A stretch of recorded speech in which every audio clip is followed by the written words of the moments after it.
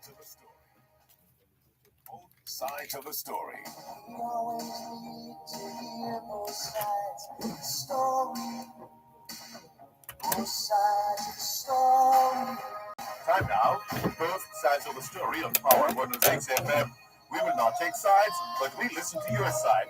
Join us as we explore the issues, present the facts, speak with the experts, and as always, listen to both sides. What's your story? Tell us on both sides of the story. 922-4112, 922-4113, 922-4114, and 922-4115. You can listen to both sides of the story on the Gleaner's website, www.go-jamaica.com, on your mobile phones at tunein.com or novex.com, or by dialing 832-551-5045 or 213-493-0133 in the USA. If you're in the UK, you can dial 020-3519-0145, and in Germany, 051-180-904044. Our email address is bothsides106@live.com, and you can join us on Facebook, follow us on Twitter, or link us up on Skype. We look forward to receiving your instant messages on MSN or Yahoo, and your text messages on 365-3346. Remember, we have 2 ears and 1 mouth, so we can listen twice as much as we speak. So stay with us as we listen to both sides of the story. Both sides of the story.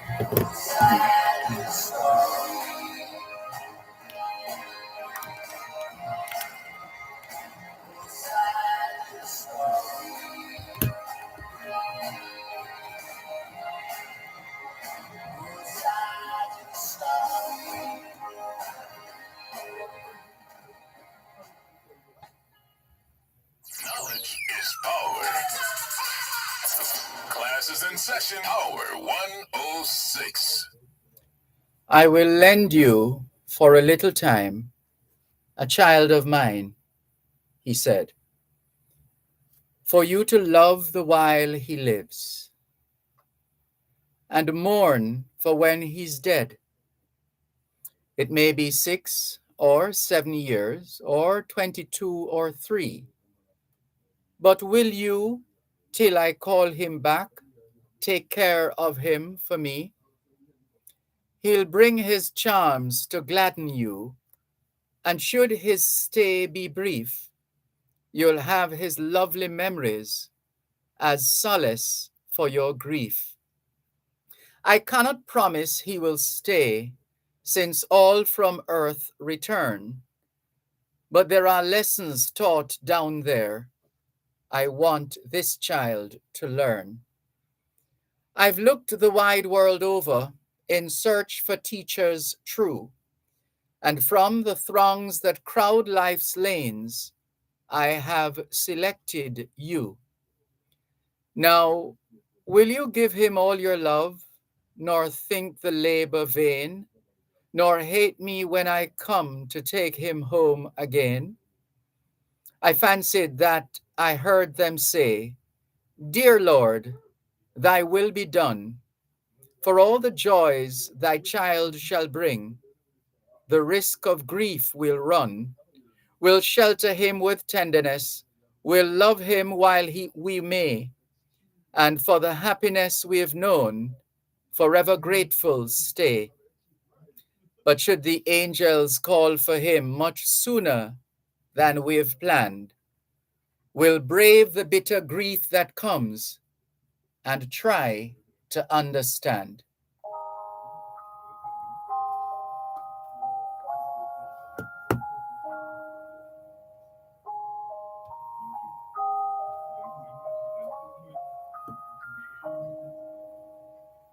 Dear Mr. Jesus, I just had to write to you. Something really scared me when I saw it on the news. A story about a little girl beaten black and blue. Jesus, thought I'd take this right to you.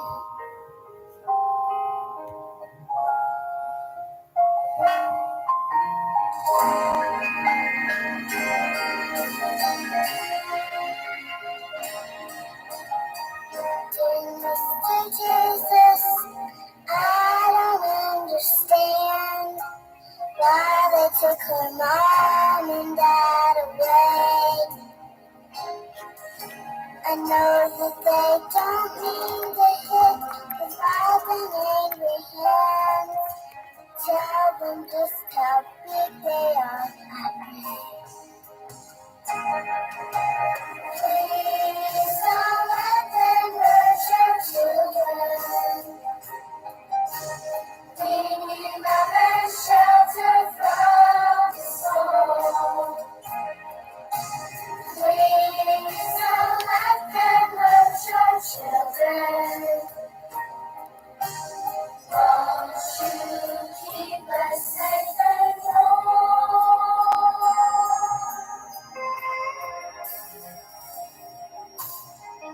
Dear Mr. Jesus, they say that she may die.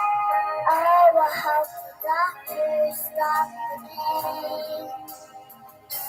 I know that you could save her and take her up to the sky, so she will never have to hurt again. Please don't let them hurt your children.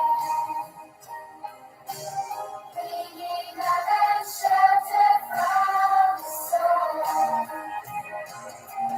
Please don't let them hurt your children. Won't you keep us safe and warm? Dear Mr. Jesus, please tell me what to do. And please don't tell my daddy that my mommy hates me too. Please don't let them hurt your children. We need love and shelter from the storm. Please don't let them hurt your children.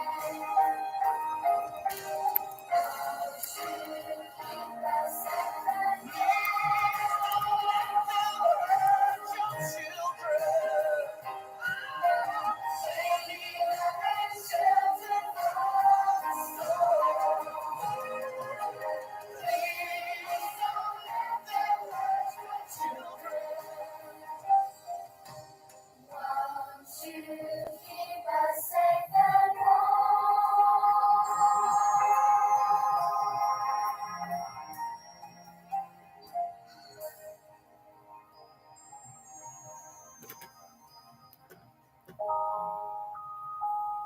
especially for the families of the deceased who are hurting under the weight of a most tragic and barbaric abduction and murder of an 8-year-old girl.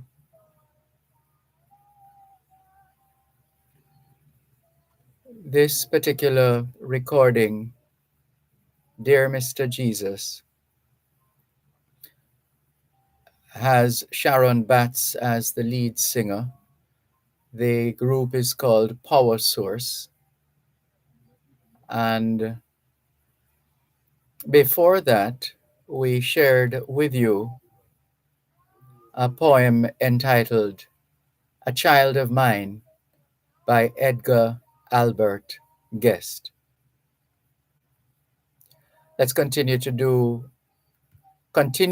doing what we have been doing with respect to the care and protection of our children. For those of us who have been doing otherwise, we need to repent.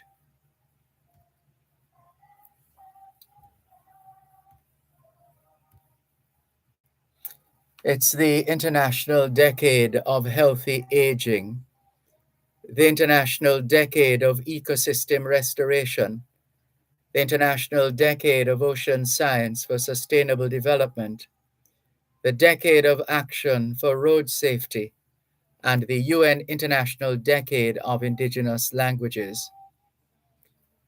It's the 12th day of the 6th month of 2023, the International Year of Millets. A millet is a cereal grown in warm countries and regions with poor soils, bearing a large crop of small seeds, which are chiefly used to make flour. 2023 is also the International Year of Dialogue as a guarantee of peace. Put another way, it's the 12th day of the first month of the 2023 Atlantic hurricane season in this Disaster Risk Reduction Month, which is also being observed as Road Safety Awareness Month, Pride Month, and Brides Month. It's Caribbean American Heritage Month in the USA. In fact, members of the Caribbean diaspora in America are celebrating National Caribbean American Heritage Month. It's Chaco Peace Day in Paraguay, Independence Day in the Philippines, Dia dos Namorados or Valentine's Day in Brazil, and Russia Day in where else but Russia. It's World Day Against Child Labor. Hoy es lunes, el 12 de junio 2023, y les saludamos en cualquier parte del mundo que nos están escuchando en este momento. Estamos muy agradecidos por el don de la vida y el privilegio de servirles en otra edición de su programa Both Sides of the Story, ambos lados de la historia. Nunca vamos a tomar su audiencia por sentado porque sabemos que ustedes tienen otras opciones y esta es la razón por la cual jamás olvidamos darle las gracias por elegir Both Sides of the Story, ambos lados de la historia, de lunes a viernes desde las 2 hasta las 5 de la tarde, aquí en Power 106 FM. La misión continúa para educar, capacitar, iluminar y estimular el espíritu empresarial. Bienvenidos. A story about a little girl beaten black and blue. Jesus, thought I'd take this right to you. C'est lundi le 12 juin 2023 et nous vous saluons tous qui nous écoutez où que vous soyez dans le monde. Nous sommes reconnaissants du don de la vie ainsi que du privilège d'être à votre service par une nouvelle édition de votre programme Both Sides of the Story, le pour et le contre. Nous ne considérons pas votre fidélité comme l'un de soi parce que nous savons que vous avez l'embarras du choix.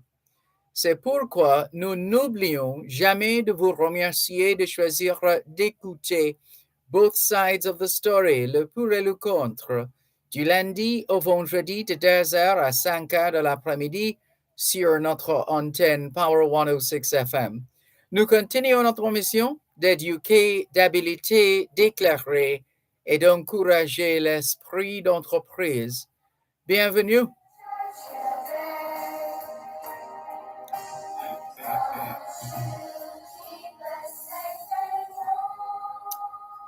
We'll translate for you right after the break.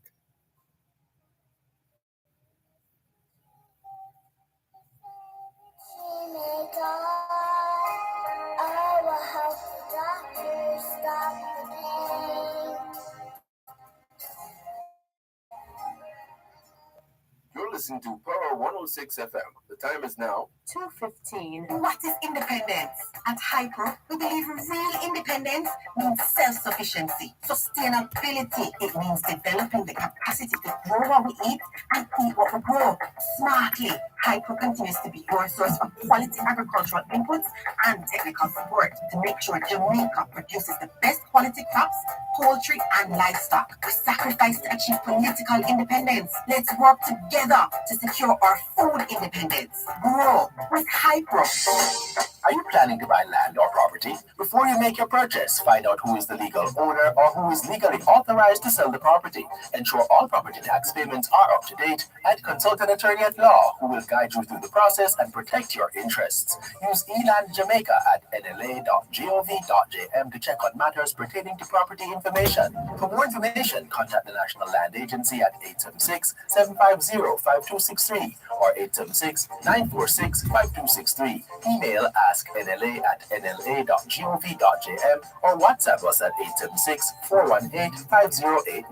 The National Land Agency. One agency, one goal to serve you better. Dr. Jackie Campbell is on call this and every Wednesday evening at 8 with Powering Your Health. Powering Your Health is Power 106 FM's flagship program dedicated to health and wellness. Your one-stop place to power a healthy lifestyle. How can we help you to power your health? You can reach the show anytime by calling 876-922-41125 or by sending a text or WhatsApp message to 876-279-8598. Brought to you by Benson Pharmacy and Wellington Dental. That's Powering Your Health. Powerful health and wellness discussion and interaction. This and every Wednesday at 8 p.m. Only on Power 106 FM.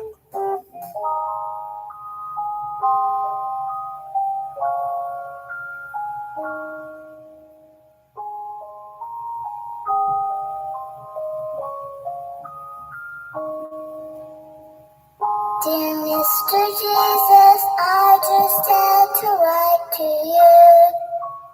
Something really scared me when I saw it on the news. A story about a little girl beaten black and blue. Jesus, thought I'd take this right to you.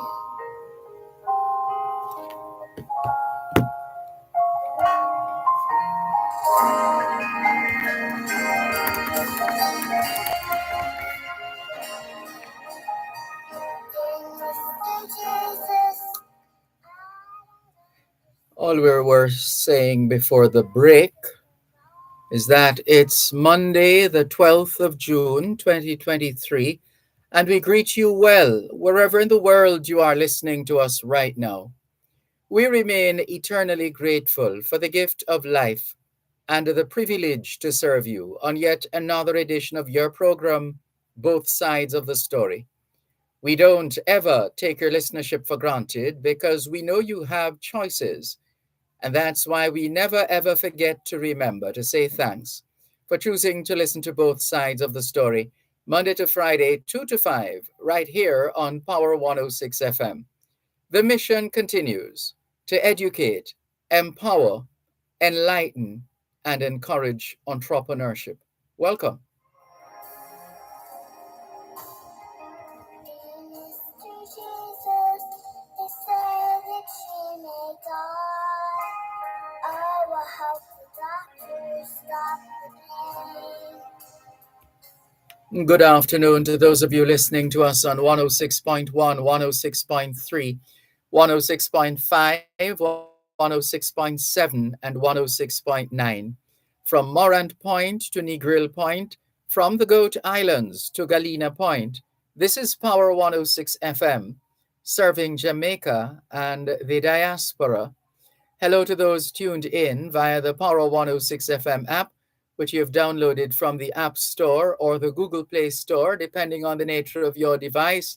Downloading is free, listening is free, whenever, wherever.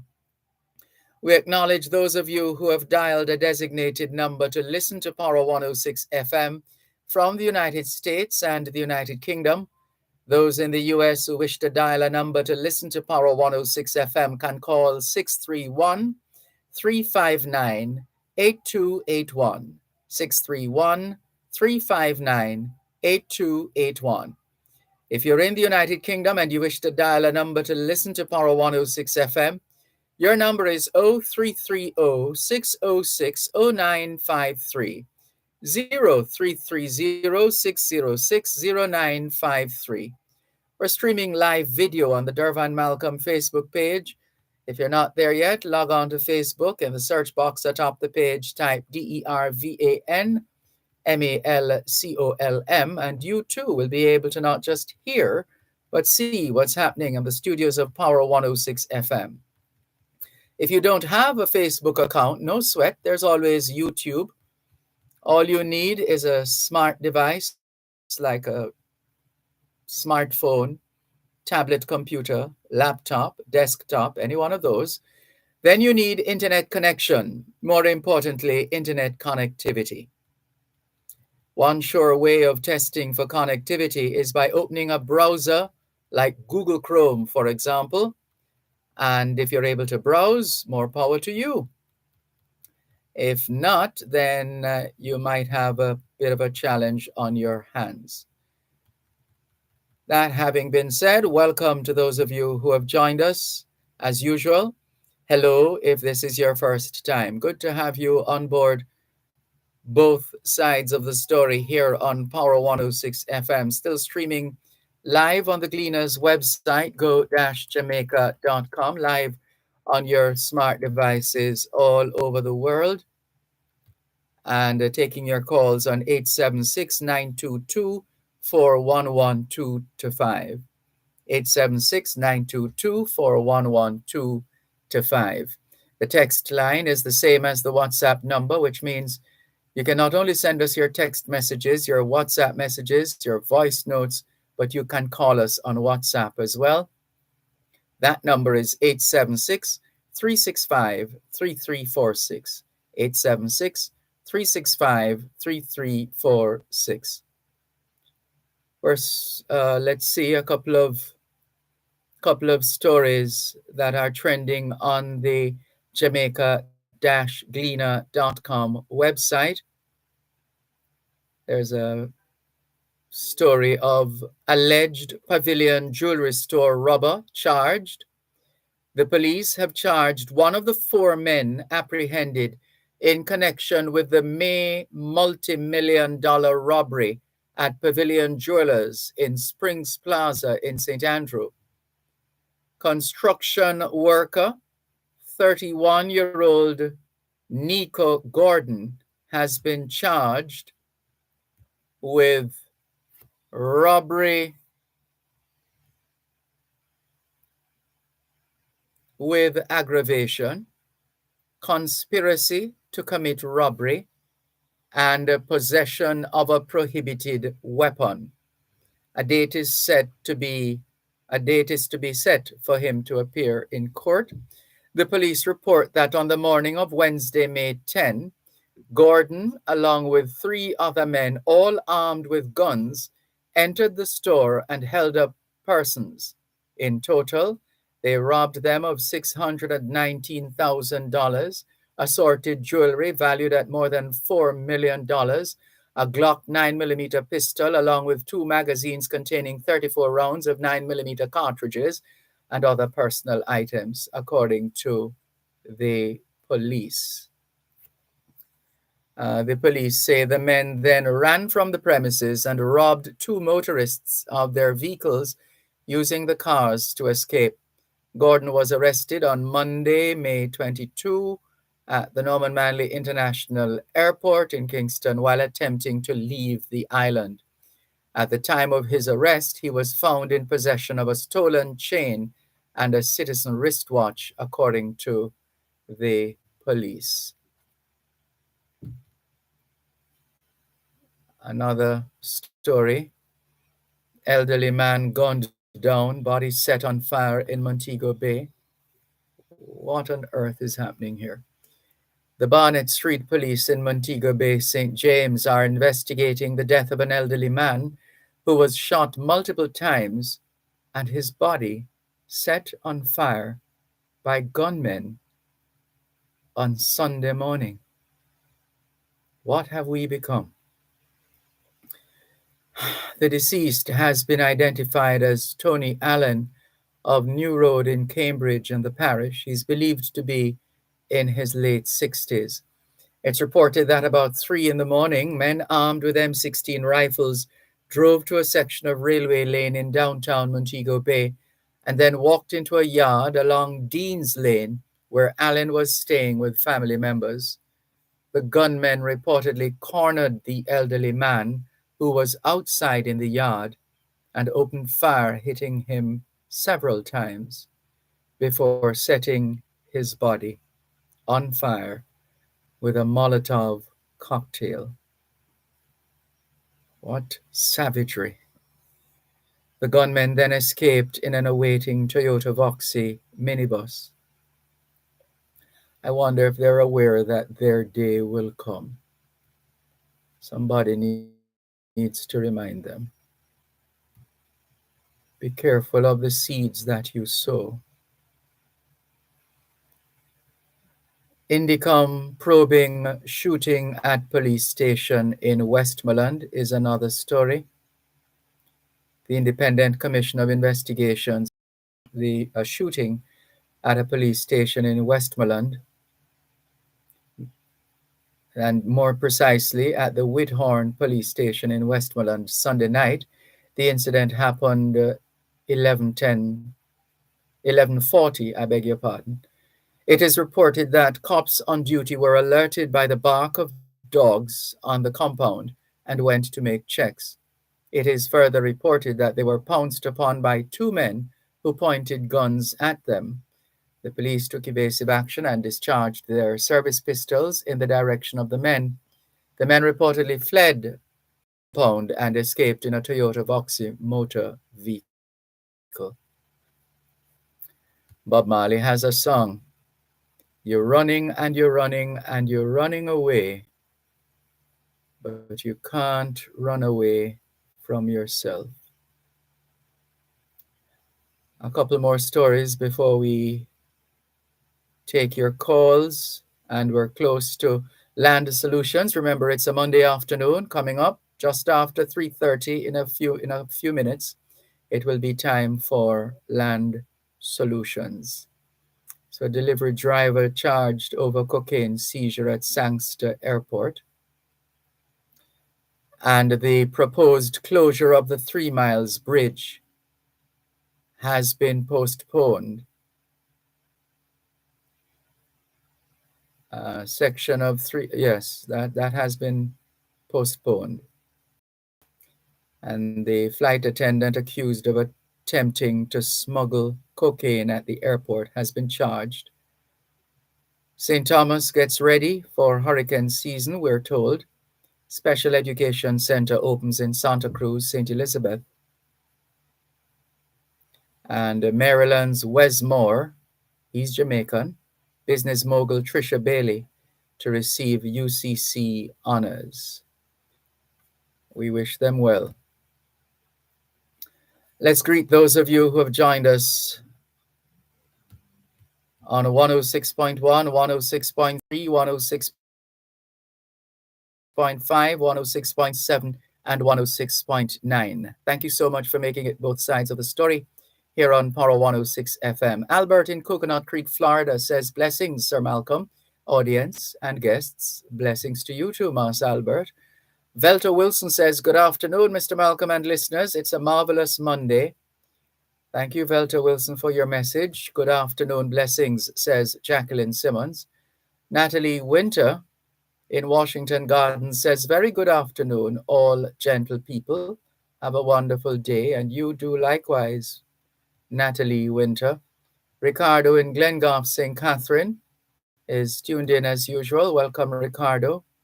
Albert in Coconut Creek, Florida says, Sir D, my heart goes out to the parents and wider Jamaican society on the heartless murder of one of our future bright minds recently and the ones before. The evil amongst us seems to be more prominent than the good. Who has the answer? Albert in Coconut Creek, Florida asks. It seems the prayers not reaching where they're supposed to. Sad day in Jamaica and the wider community of the nation. What's the answer? Albert asks once again. It's a pertinent question. Perhaps if we have time, we can talk all things being is Mas Albert, maybe, perhaps. Let's take the break and come back with today's edition of Land Solutions. You're listening to Power 106 FM. The time is now 2:30. Poor roads a major concern? What about those drains that are in need of repair or cleaning? Who's responsible for repairing my road and when will it be done? Join us this and every Tuesday morning at 8 during Morning Agenda as we travel on our roads with the National Works Agency and get answers to these and other concerns. You're welcome to visit their website at www.nwa.gov.jm. See the tender notices link for projects to be undertaken. You may also call them toll-free at 1-888-429-5NWA. That's 1-888-429-5692.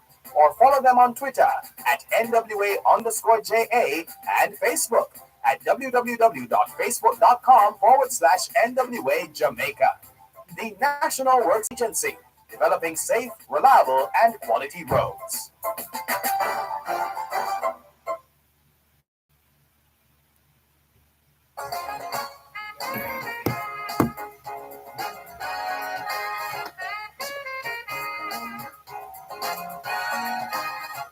It's a Monday afternoon, just after 2:30, and that means time for Land Solutions. Land Solutions, the program where all your land-related matters are dealt with, anything at all to do with the sale or purchase of land, you've come to the right place.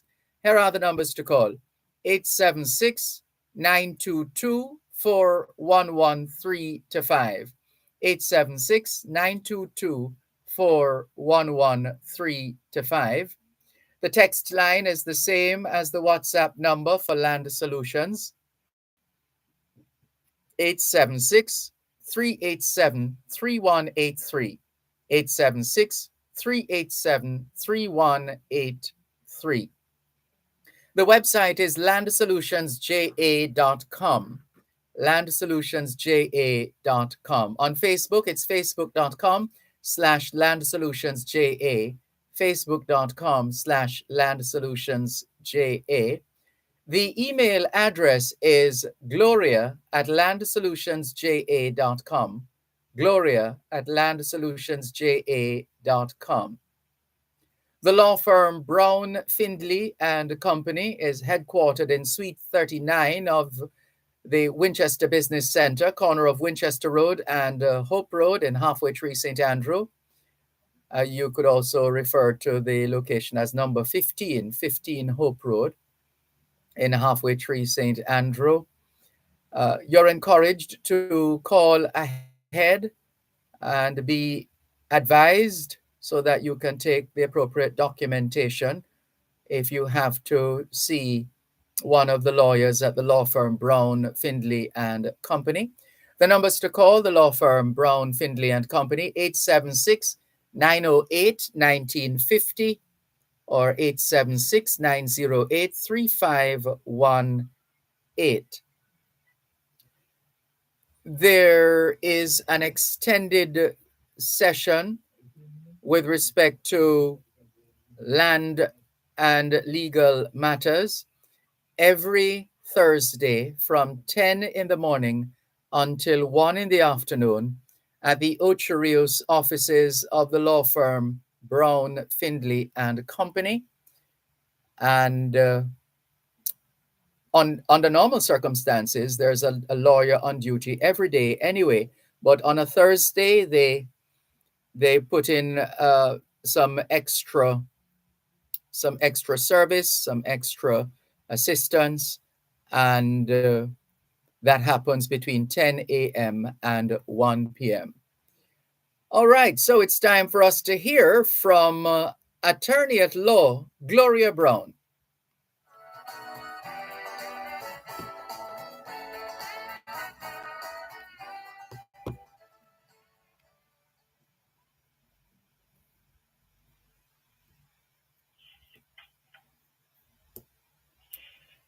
Good afternoon, Gloria Brown. How are you? Sounds like Ms. Brown is going through documentation. of a land-related matter, perhaps. So we're hearing the movement of sheets of paper. Ms. Brown, are you there?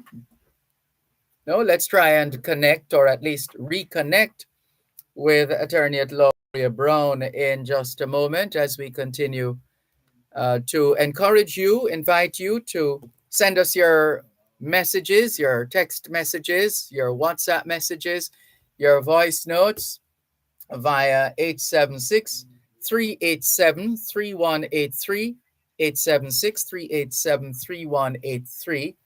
If you wish to use the Power 106 text and WhatsApp number, you can use that one as well, 876 279 8598, 876 279 8598.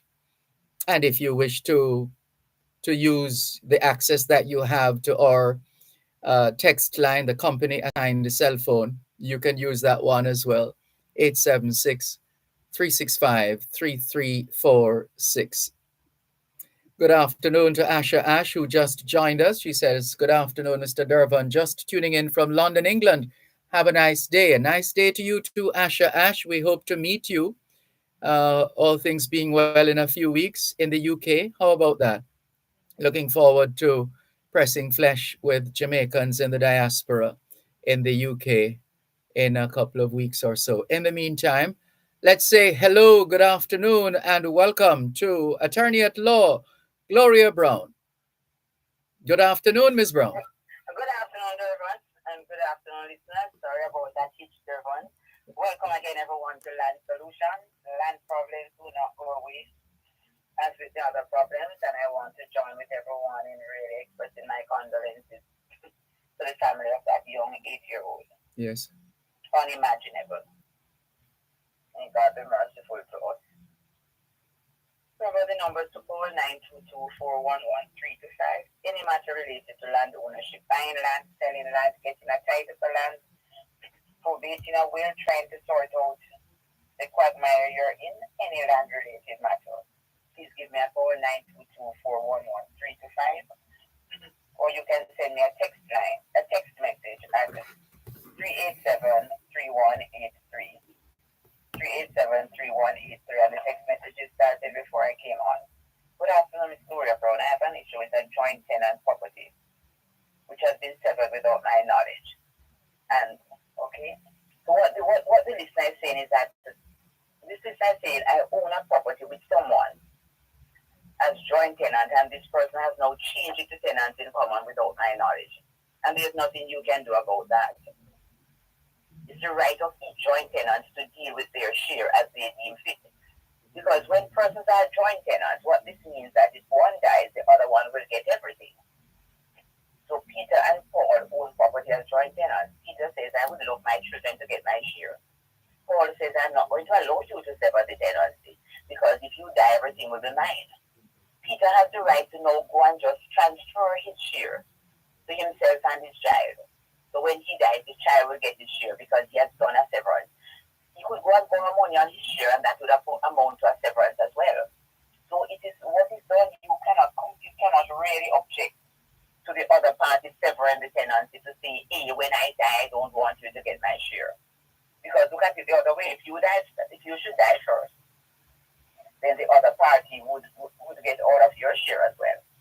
So I don't see, you'd have to explain to me what's the issue that you have. But the persons, you do not have to know. A lot of persons, the tenancy have been severed, changed to joint tenants, changed to tenants in common. And persons probably will not even know until the other party passes on. So there's nothing you can really do. It's the right of each joint tenant to deal with their share and to sever the tenancy if they want. Can an executor change a title to his or her name? And if so, how long after he or she takes it over? The first executor, he or she passes away, who can take over the baton? Right, so the executor's name has to go on the title before it will be transferred to the beneficiary. So that's how the executor's name gets onto the title. So it's not something the executor has transferred it to him or herself. The executor is registered on the title on transmission. And if the executor gets a brand new title, sometimes it might look a little frightening because it seems as if the executor is owning the property. But you go back to the old title, you will see that the executor is just there as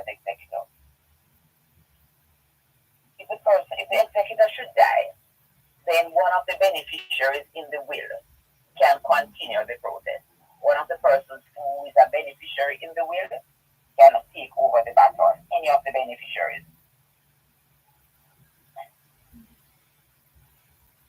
Okay, and this person is asking, how long does the process take to get your property title for ownership? It depends.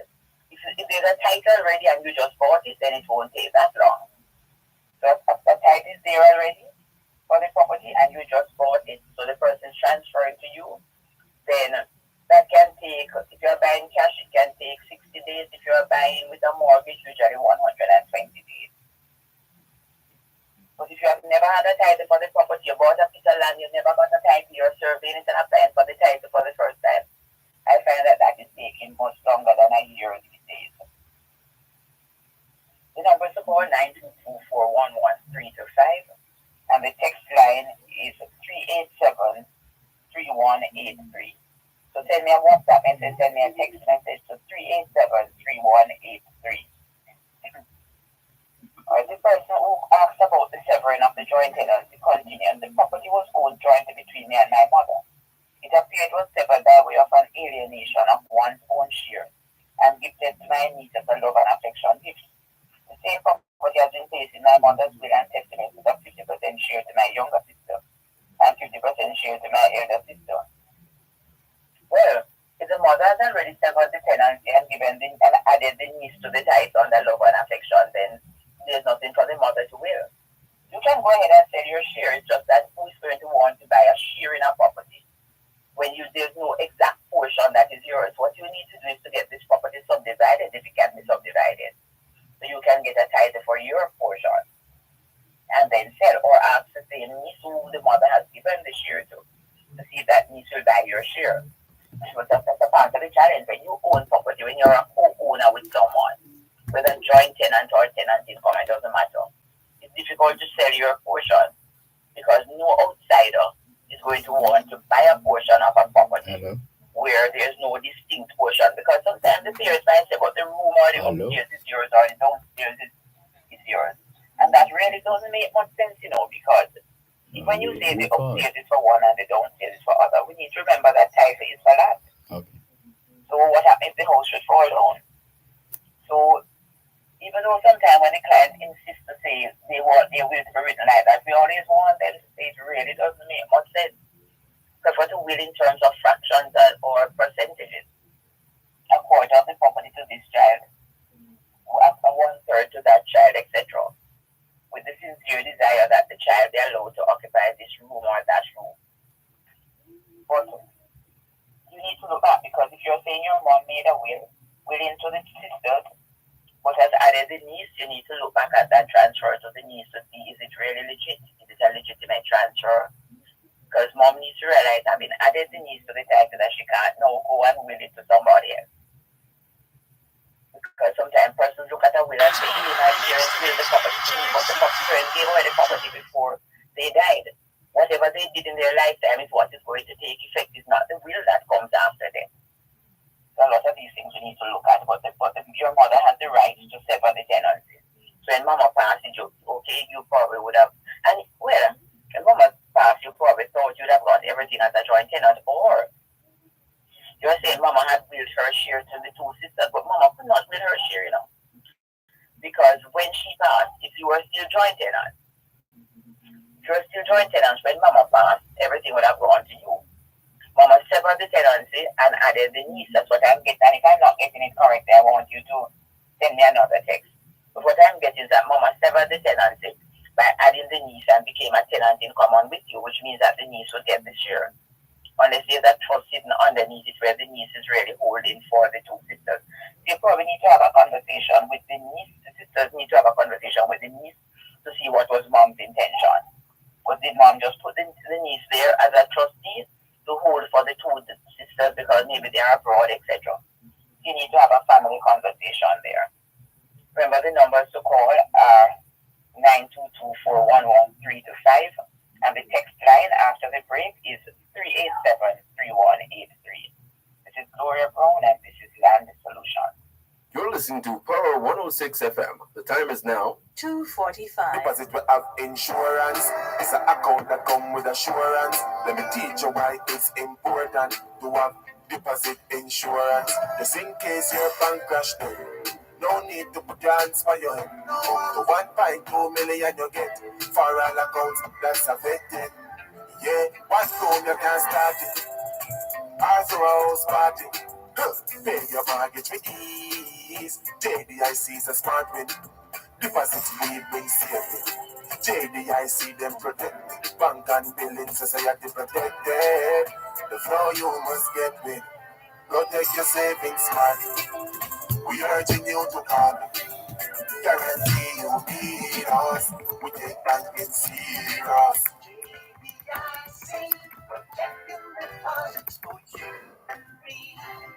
Education plays a critical role in the lives of our young people. At the American Foundation for the University of the West Indies, we ensure financially challenged students across the Caribbean are given increased access to higher education so they can continue to transform their lives and the lives of others. Support our mission in shaping the lives of our future leaders. Donate to educate. Contact our office at 212-759-9345 for more details.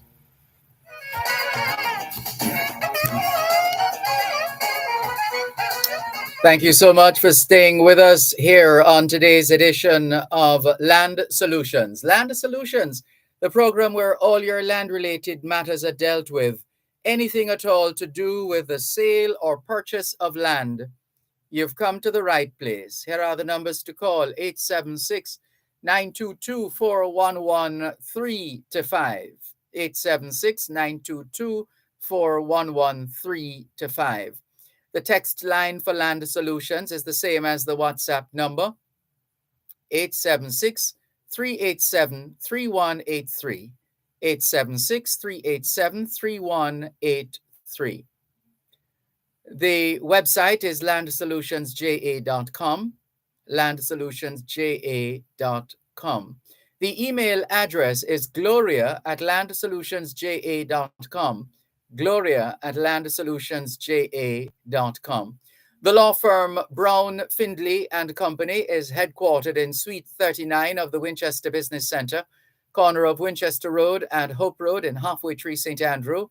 They also have an office upstairs, shop 6, upstairs the JN building, the Jamaica National Building in Ocho Rios, St. Anne. You're encouraged to call ahead instead of just turning up at the law offices of Brown, Findley and Company. The numbers to call: 876-908-1950 or 876-908-3518. And let's remind you, there's a special extended session or series for you at the Ocho Rios law offices of Brown, Findley and Company every Thursday between 10 in the morning and 1 in the afternoon.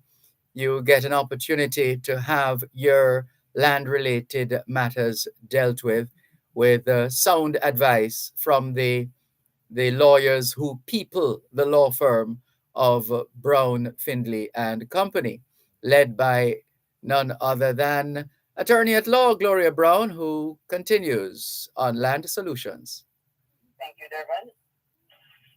Please remember the text line 387-3183. 387-3183. You want to send me a text message or you want to speak to me in person, please call 922-411-325. A listener is asking, how soon after getting a divorce can one remarry? The same day as soon as you get the divorce. But remember, you have to get the document in your hand called the decree absolute.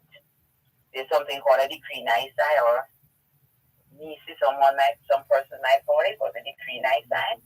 After you have got that, then you have to wait a period and then get the absolute. But maybe you shouldn't rush it too much. You probably need to make sure you don't make the same, you have the same challenges from the first one. So I let the counseling might be good before you enter into the path again. But there's no time limit after you have got the decree absolute in your hand. You can get married the very next day. But please, the system can be a little bit slow, so please do not kill the goat as yet until you have the piece of paper in your hand. Unless you have a really good freezer to put it in. But wait until you get the documentation first, please, before running to start making the plans, because many persons have had to put off these plans because when they thought the documents would be ready, they were not. Sorry. The number to call 922-411-325, 922-411-325. We have a caller for you, Miss Brown. Thank you, Dervan. Good afternoon. Good afternoon, Mrs. Brown. Yes, good afternoon. Good afternoon. You hearing me, ma'am? Yes, I'm hearing you loud and clear. Okay. Yes, I'm supposed to get that title probably in the next 2 weeks. For the first time for the land. And my son is on it, 2 sons is on it, my daughter and my wife. So I should depart now. What can I do before I depart this place to make him use to get loan, a loan? You want to get a loan? Yes, my son, not me. Your son wants to get a loan? Yes, ma'am. And you have a title? No, I will next 2 weeks I will get the title. All right. But my name is on it, and my 2 sons and daughter and my wife. But I'm very old. What is son going to use the loan to do? No, so if he can get it, then if I depart and won't give no more papers. No, you couldn't get it if you should pass right now, because everybody would have to agree and sign up for the loan. They will agree as time to what the OECD, they will agree. All right, but I just want to ask you one question. Yes, your son want the loan to build on the land? Yes, ma'am. Yes, the son to business on the same land. You want to build on the same land? Yes. Yes, if all you sign up for it, then you'll be able to use the title to get a loan most times. Well, how old are you though? I'm 77. Okay, I find that some of the lending institutions don't want to lend money when you're a certain age on a title, though, you know. So tell your son, when you get the... Is this son is going to partake with that? Pardon me? The son. Yes?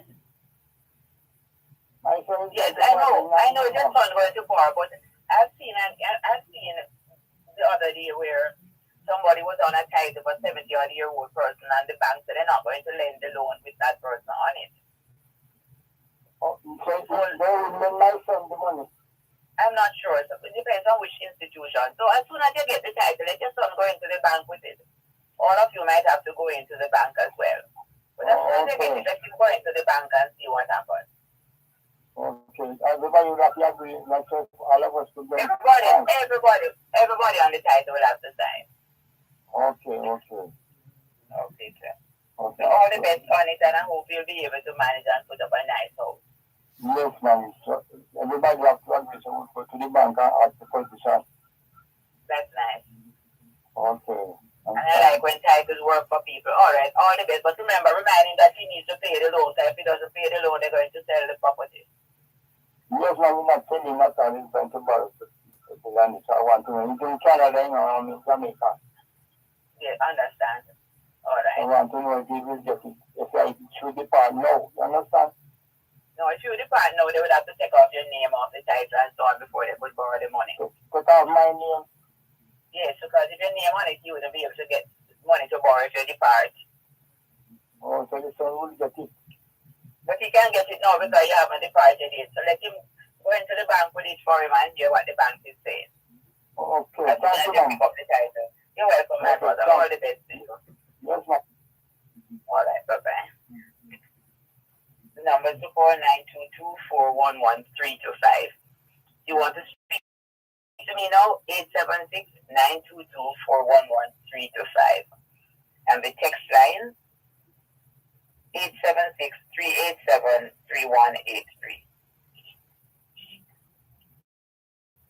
Can the Administrator General take responsibility of our land without permission from the children of the deceased owner, without said children giving consent? Are we able to stop them from this process?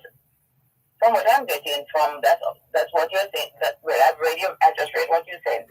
But are you saying that maybe your parent died years ago when you were minor, and the administrator general is now in charge? I'm going to beg Adrian to close the line for me, please. It's because you're saying that maybe that's what I'm getting. The administrator general has taken over your parents' estate. Maybe they died years ago. And are you able to stop them from the process now? If all the all the beneficiaries come together and you're in agreement, you can always speak to the administrator general's department to say that we want the property transferred to us. And then you pay them whatever the fees that they have incurred. And they will transfer the property to the beneficiaries as long as you have paid them and the beneficiaries are in agreement. I hope I'm interpreting what you're saying.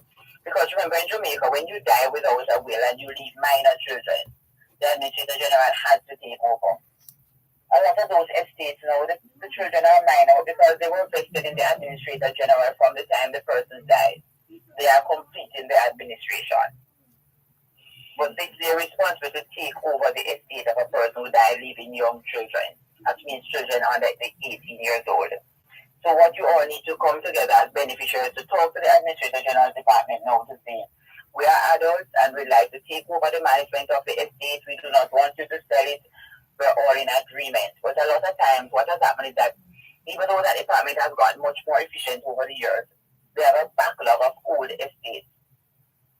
And unfortunately, a lot of the beneficiaries in some of those estates have died. So they're having a challenge dealing with many of those estates. You could send me a message a little for further clarification if I have misinterpreted what you're asking me. The numbers to call 922-411-325. If Adrian is listening, I'm going to ask Adrian, could you check on a line for me? There's a sound coming through.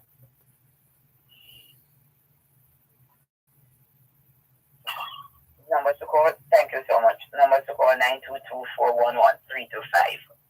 And the text line 387-3183. 387-3183. And remember, I'll be in Ocherus this Thursday at the Jamaica National Building from between 10 and 1. And it's shop 6. So if you want to see me at that end, you may see me at the Jamaica National Building. And you can also see me at the Winchester Business Center, but just call to make an appointment or to have a discussion with me before coming in. And my number in the office is 908-1950. 908-1950 is the office number, or 908-3518. Remember, you can also send me an email, gloria@landsolutionsga.com. gloria@landsolutionsga.com to send me an email. And I know I have some emails that I need to respond to, and I promise the listeners that I will, or those persons who have sent the email, please also feel free to give me a call in office 908-1950 or 908-3518. Or send me a WhatsApp message to 876-387-3183. Also, remember that if you need me to get you a title, just send me a text message. All you have to do is to say title. TITLE, send me a WhatsApp message to 387-3183 if you'd like assistance in getting a title. But I would love it before you even start dealing with that if you would survey your property. If you survey the property before, it will be very, very helpful, because I could therefore just move on towards helping you to get a title for your property if you come into office and you already have a survey diagram. And right now we're encouraging our listeners as best as possible. Also, someone is asking about the drafting of a power of attorney and the implications. So when you give somebody a power of attorney, you're giving that person permission to act on your behalf, and it depends on how wide. It can be limited. You can give somebody a power of attorney just to sell a motor vehicle for you and say that's all they can do, or you can give them a wide one where they can do anything, and you have to be careful with those, because they could sell your house under your feet without you even realizing. So be careful how you give a power of attorney. And having given one, you can also revoke it as well, withdraw it. But always when you give the power of attorney, confine it to what you want the person to. You want them to sell a house at 10 John's Lane, put that they can only sell the house at 10 John's Lane. And even putting in what is to happen with the proceeds, but be very careful how you give persons power, or we give powers of attorney to persons. And I continue with that a little after the break. I'm Gloria Brown. This is Land Solution. Contractors, developers, and small builders. Contact Coast to Coast Group of Companies for high-quality concrete products. The time by Coast to Coast Group of Companies is 3 o'clock. Both sides of the story. Do you have a title for your land? Are you thinking about buying or selling land? How much is your property worth? Tune in to Both Sides of the Story with Dervan Malcolm on Power 106 FM every last Tuesday at 3:30 p.m. for The NLA and You, a program that examines the National Land Agency's role in building an efficient and transparent land titling system for Jamaicans. That's The NLA and You on Both Sides of the Story with Dervan Malcolm every last Tuesday at 3:30 p.m. The National Land Agency. One agency, one goal, committed to serve you better.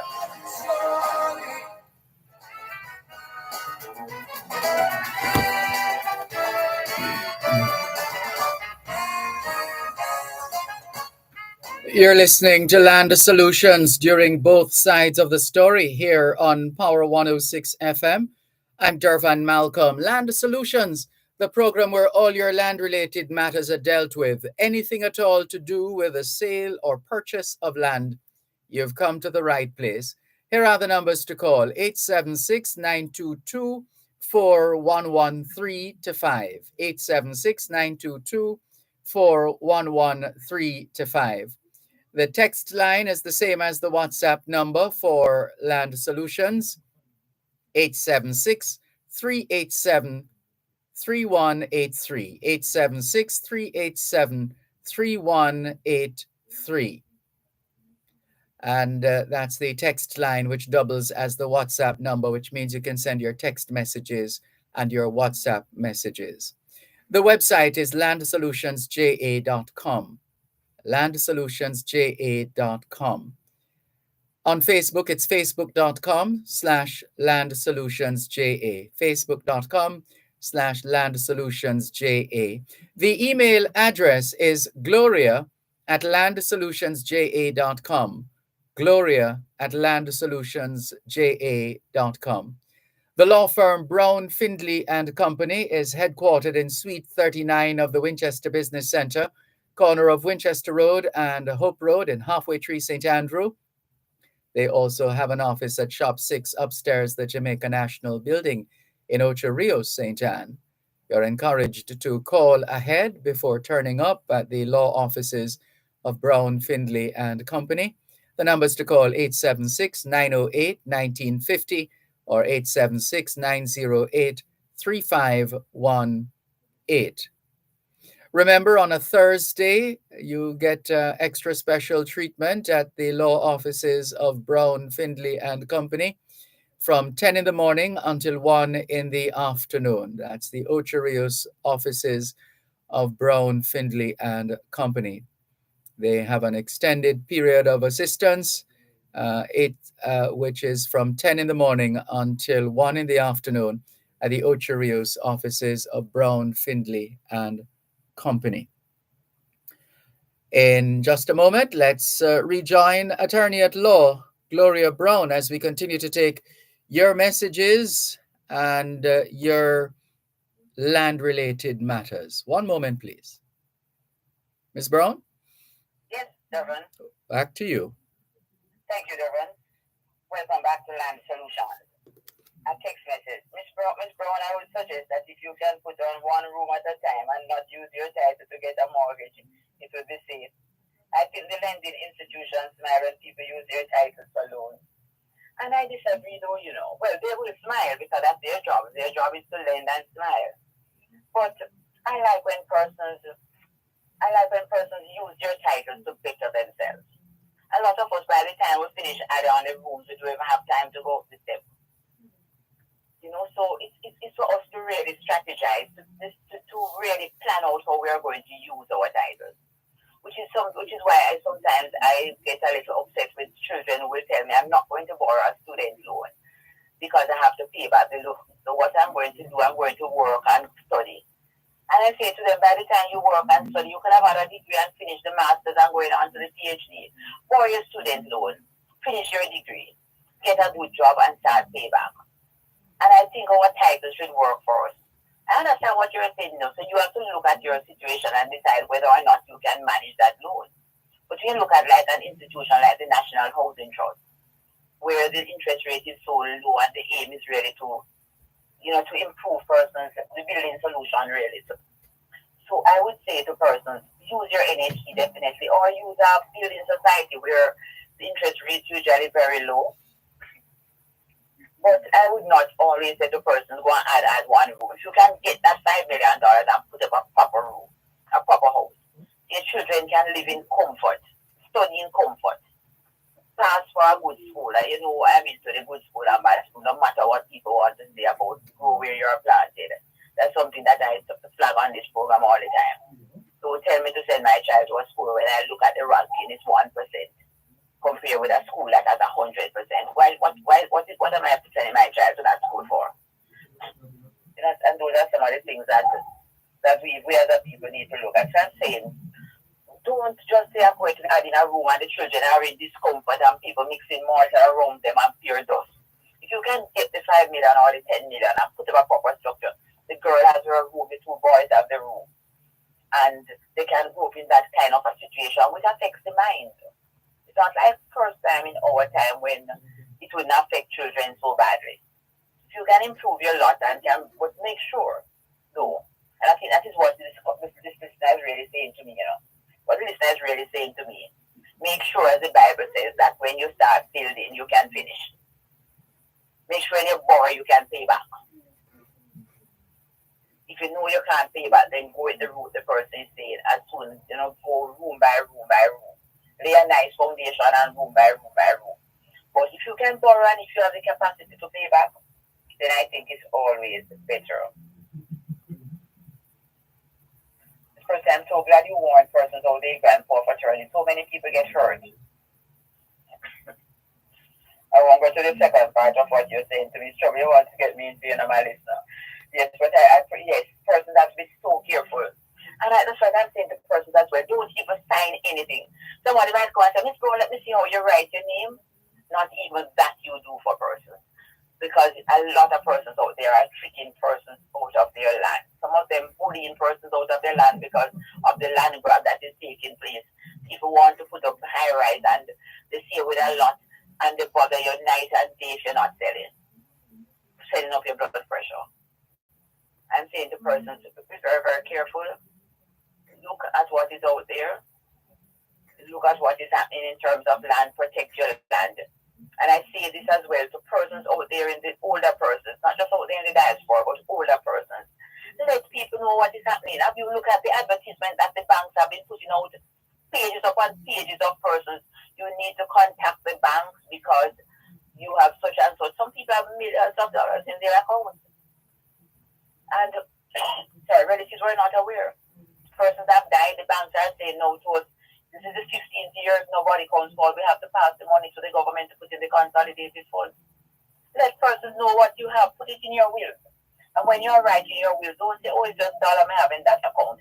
Put everything in there. Bank X, King Street branch. Branch Y, Duke Street branch. Put it in, put it there. I give all that I have and list the banks, list the insurance. If you don't want to put it in the will, put a little paper with all the assets, especially when your children are abroad. Remember, most times when they come out here to bury you, they want to get a weekend if they're lucky enough to come. They don't have the time to go and look around to find out which account you had and so on.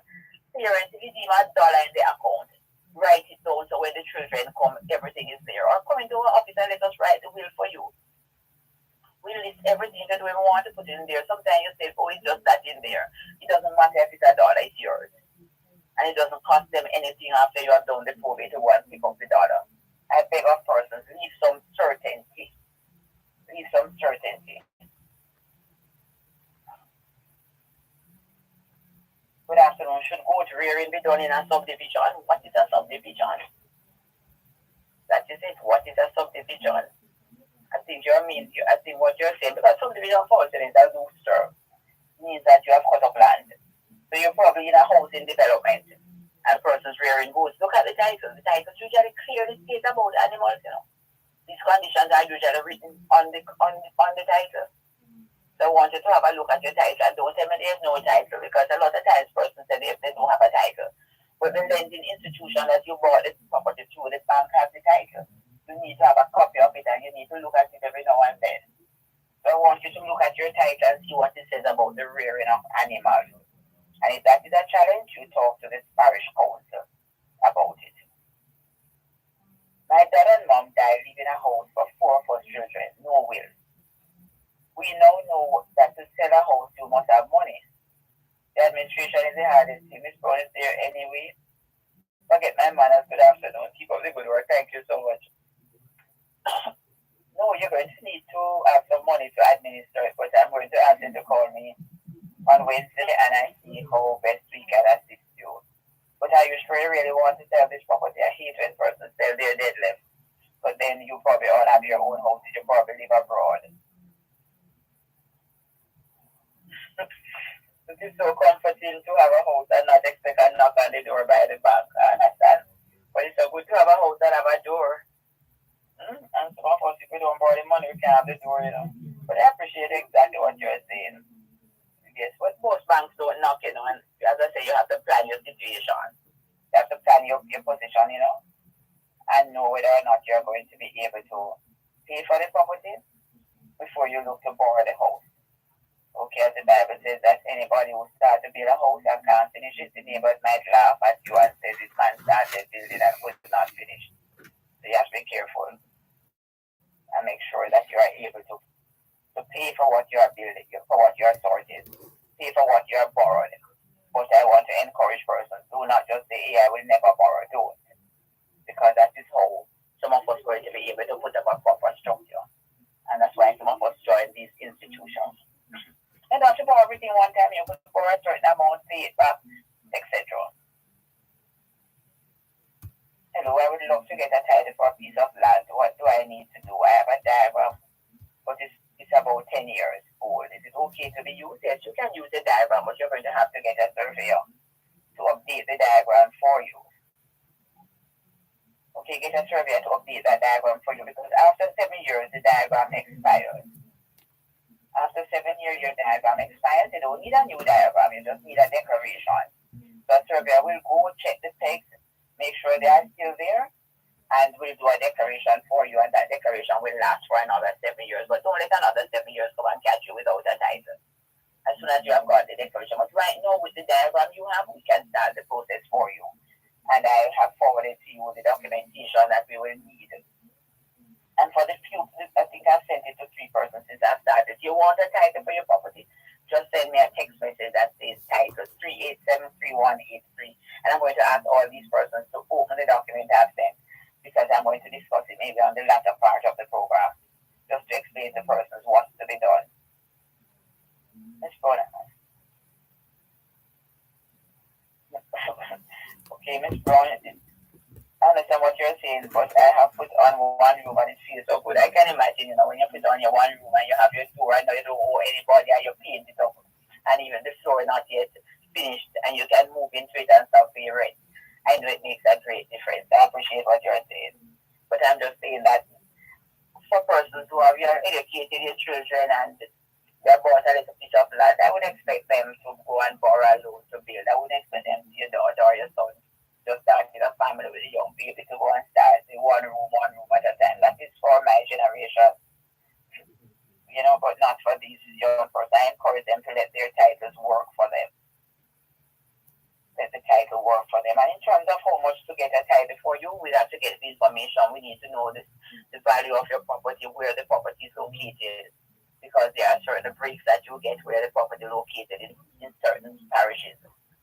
Outside of Kingston, St. Andrew, and Portmore is outside of those areas, then you can get your title at a cheaper cost. Remember the number to call 922-411-325, and the text line is 387-3183. 387-3183 is the text line. So send me a WhatsApp message, send me a text message. And the person is asking again about the power of attorney. And remember, I said you can give a power of attorney to anyone over 18, but be careful how you give it and limit it to what you want them to do. Even limit it to say it's only to last for a 1-year period. Up on the break, Miss Brown. Sorry. Thank you, Dervan. This is Land Solution. You're listening to Power 106 FM. The time is now 3:15. What is independence? At Hyper, we believe real independence means self-sufficiency, sustainability. It means developing the capacity to grow what we eat and eat what we grow smartly. Hyper continues to be your source for quality agricultural inputs and technical support to make sure Jamaica produces the best quality crops.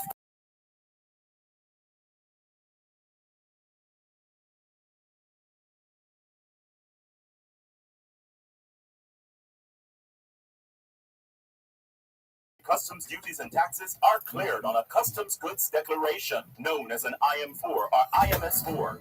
Ask your clearing agent to provide your customs declaration, customs assessment notice, and customs receipt once duties and taxes are paid. Where your clearing agent may not be able to provide the IM4 or IMS4, request your customs goods declaration registration number or C number, which can be used to verify your payments. Importers, request your IM4, IMS4, or C number. It is your right. For details, email the Jamaica Customs Agency at public.relations@jca.gov.jm. Jamaica Customs, keeping our customers in focus. Jamaica, an extraordinary place with pioneering people. Unfold some intriguing events since Jamaica's independence in the pages of the souvenir book, Best of Jamaica. Now available at The Gleaner. Buy a copy today. The Gleaner, where life unfolds. Both sides of the story. Do you have a title for your land? Are you thinking about buying or selling land? How much is your property worth?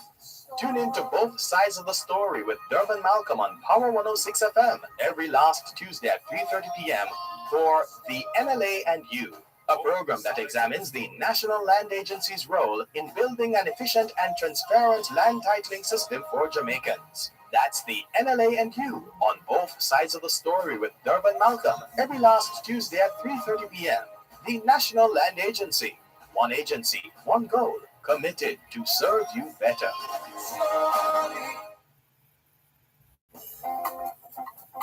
Dr. Jackie Campbell is on call this and every Wednesday evening at 8 with Powering Your Health. Powering Your Health is Power 106 FM's flagship program dedicated to health and wellness. Your one-stop place to power a healthy lifestyle. How can we help you to power your health? You can reach the show anytime by calling 876-922-41125 or by sending a text or WhatsApp message to 876-279-8598. Brought to you by Benson Pharmacy and Wellington Dental. That's Powering Your Health. Powerful health and wellness discussion and interaction. This and every Wednesday at 8 p.m. Only on Power 106 FM.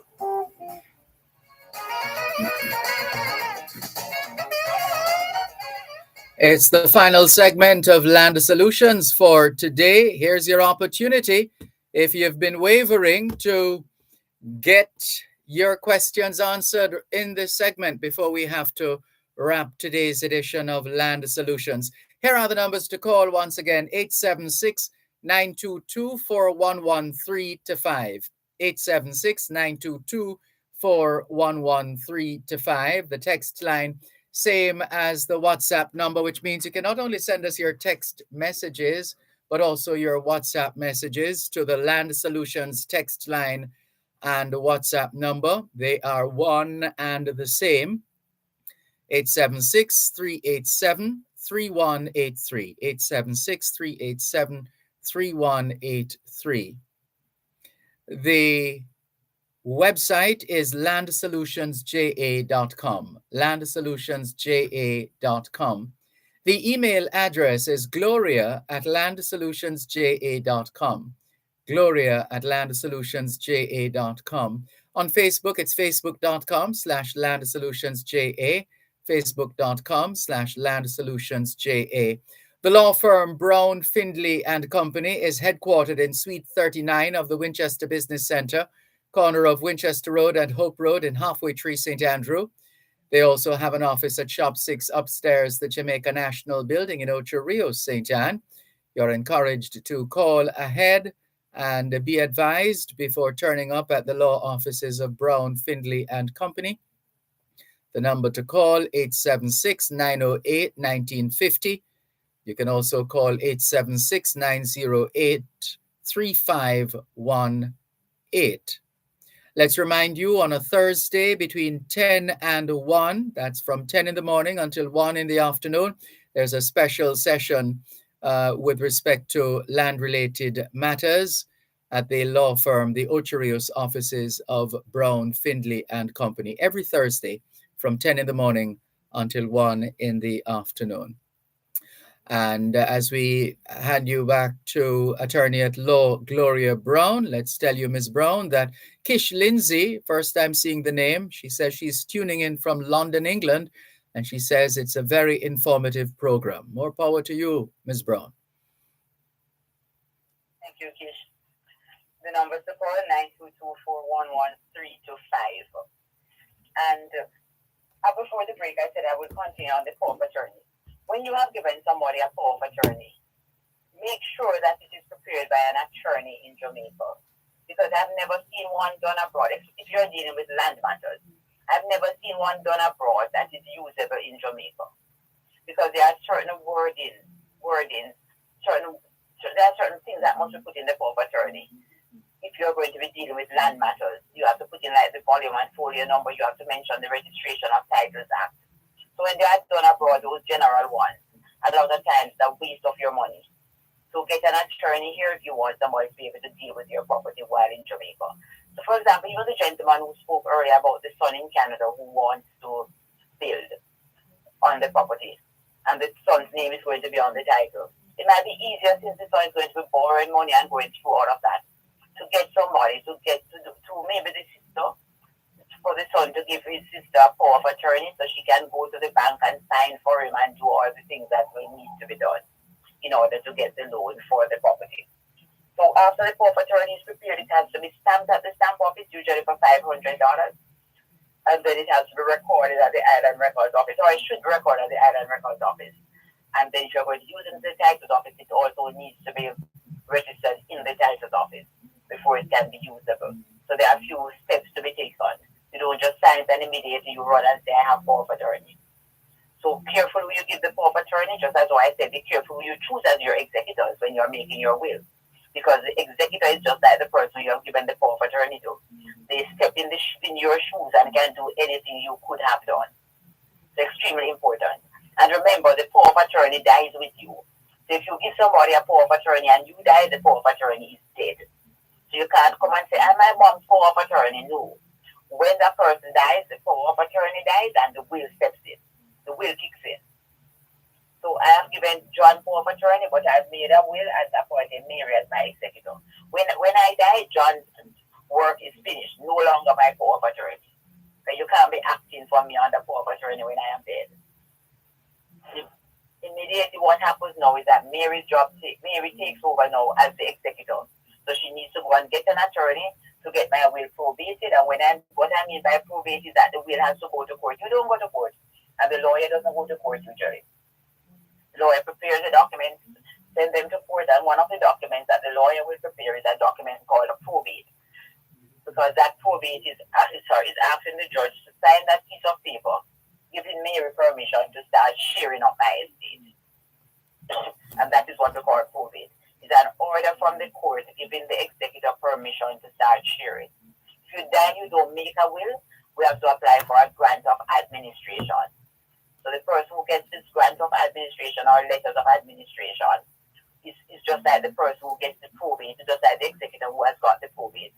So when you get this court order called letters of administration or this court order called grant of probate, or we call it grant of administration and grant of probate, then you can start doing what the dead person could have done. You can go to NHG and get the contribution refund. You can get whatever money the person had in the bank. You can get the person insurance money. Your name is transferred to the person's property. So, which is why I always say on this program and always reinforce, choose your executor with care. Choose your executors carefully, because the executors are going to step in your shoes, and if your executor is dishonest, God help you, your beneficiaries will have nothing. The best executors are your beneficiaries. Unless you don't have enough confidence in them, then you might want somebody to oversee what is happening. But choose your executors carefully. You don't want the executors to run away with your assets, and there's nothing for your beneficiaries to get. I promised my persons who I sent the form to. Well, I'm sorry, who I sent the form to, that I would just glance at it with them, but the persons will call me afterwards. Or when you're filling out the form, if you have a challenge. But in terms of the form, though, please give me a proper history. Don't just put John Brown. Put John Brown owned the land from 1950. He died in the 1970s. Mary Brown took it over in the 1970s. Then she sold it to Peter Brown in 2001. Peter Brown was my father, and he died in 2011. And from that, I have been on the property. I planted mangoes and leaves, avocado, etc. I have built a 3-bedroom house. I have a fence. I have a gate. Tell me a little bit of what you have done on the property when you're giving me the form. But give me the names of the parties with these. Go back from at least 1990. If you can go before, that's great. But don't come after. You have to find 2 persons on the form too who have known the land for 30 years. And please don't tell me all the people are dead in the community.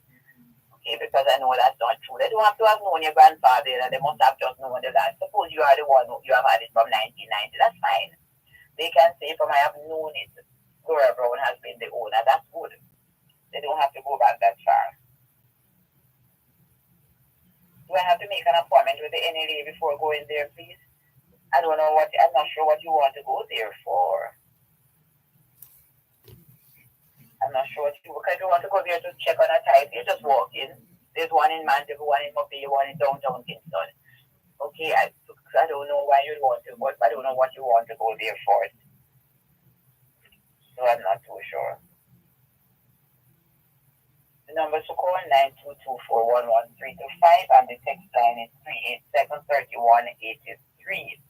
And person are asking what's the cost of a title. As I said before, the cost is going to depend on where the property is, where it is located, how big it is, what's the value of it. So most times I ask the client to get an estimate of the value. You have a lot of institutions, okay, who will do an estimate of value for you, not a full valuation, but an estimate. And that is much less expensive. That's where we call it, sometimes some persons call it a letter of valuation. And that will help you determine the value of the property, so we can assist you in determining the cost. But when we are doing this application, we need the improved value. That's the house and land and trees, what you sell it for tomorrow. Not just the land alone, but everything. And of course, the tax roll value is not going to help you, because the tax roll has not been updated for a long time. If the property is in Kingston and St. Andrew, Portmore, or it's Kingston, St. Andrew, Portmore, except Red Hills, Lawrence, Tavern, Above Rocks, any of those areas, we don't need a valuation. But anything else outside of those areas, Kingston, St. Andrew, Portmore, we're going to need a full valuation. But you want that before you go and undertake the full valuation. So those persons who have asked me about title, I'm going to beg you, please get the property surveyed, and you can send back the information just as though I sent the form to you, so we can review it, advise you what's the cost, and see how best we can assist you. Because we have found that the process is really slow. And before COVID, I would say to my clients, 8 months to a year for the title. I can't say that again. I can't even give you a time period so easily now, because it's taking a little longer than normal. But please don't let that deter you. Make every effort to get your title. It's very important. When you have a title, nobody can question your ownership unless they can say you committed fraud. So, that's as good a time as any to send me a text message at 387-3183. Say the word title, and I will work towards helping you to get the title. In the meantime, I will preach my usual message, begging my listeners, make a will, please. Don't wait until the last minute while the blood is in your vein. You're 18 years old. Just by a will form, I leave all I have to my father, or I leave all I have to my parents. Start with that, and then update as you go along. Get somebody to witness it. If it's not witness, it's not a will. we have it otherwise and it's not signed or it's not witnessed. I want to say thanks this afternoon to Dervan as usual, and thanks to Adrian, and thanks to my listeners who continue to support Land Solutions. Look forward to sharing again with you next week, Monday. Same time, same place on 4106. I'm Gloria Brown. Have a good day.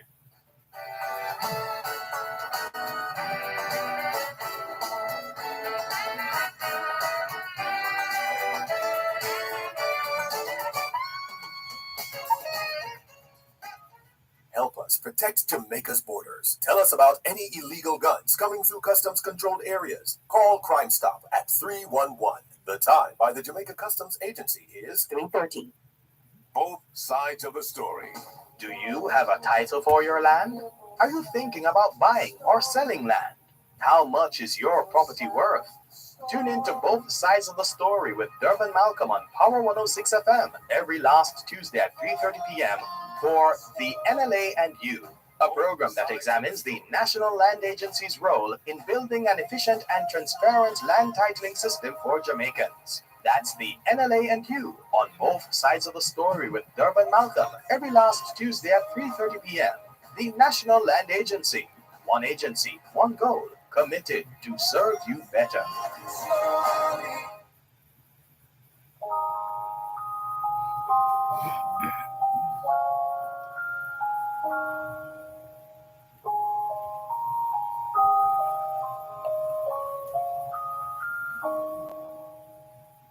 Dear Mr. Jesus, I just had to write to you.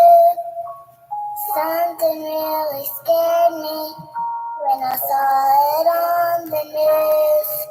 A story about a little girl beaten black and blue. Jesus, thought I'd take this right to you.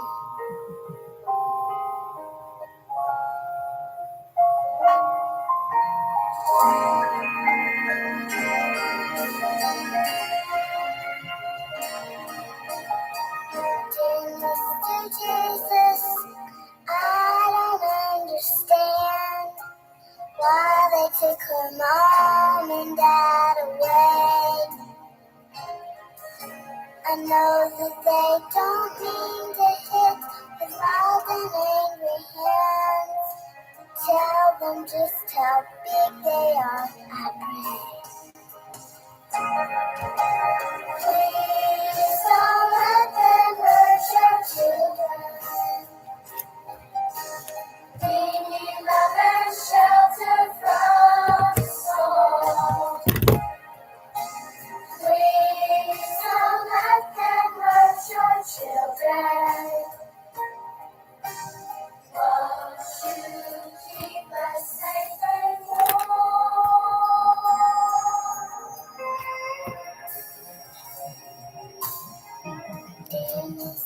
Thanks a lot for staying with us here on your program, Both Sides of the Story, Power 106 FM, still streaming live on the Gleaners website, go-jamaica.com, live on your smart devices all over the world, taking your calls on 876-922-4112 to 5, 876-922-4112 to 5.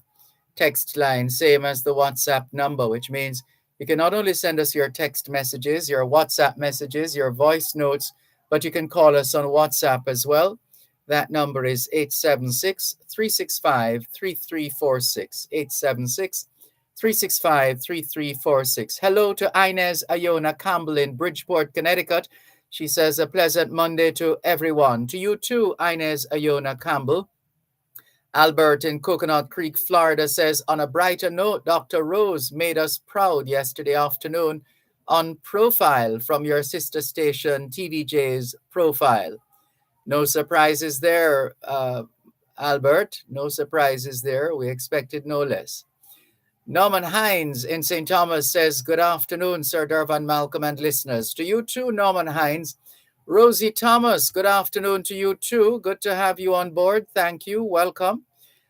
Members of the Jamaican American Association of Central Florida are also on board. Welcome. They're saying good afternoon, Mr. Dervan. Love and blessings to you and your listeners. Many happy returns Many happy returns to you at the Jamaican American Association of Central Florida. Herman Bowie Bailey says, blessings always, Mr. Malcolm. It's sad. So many young people missing in Jamaica. It's sad, says Herman Bowie Bailey. Indeed it is. Lisa Brown Campbell says, your theme song today is an emotional one. We pray for the children. And so say all of us. Let's pray for the children. Thank you very much. Kish Lindsay, oh, she has a question. Sorry we didn't see it while Attorney at Law Gloria Brown was on, but we'll still find a way to share this message, which is essentially asking, can the executor distribute the deceased assets before the issue of the grant or of probate?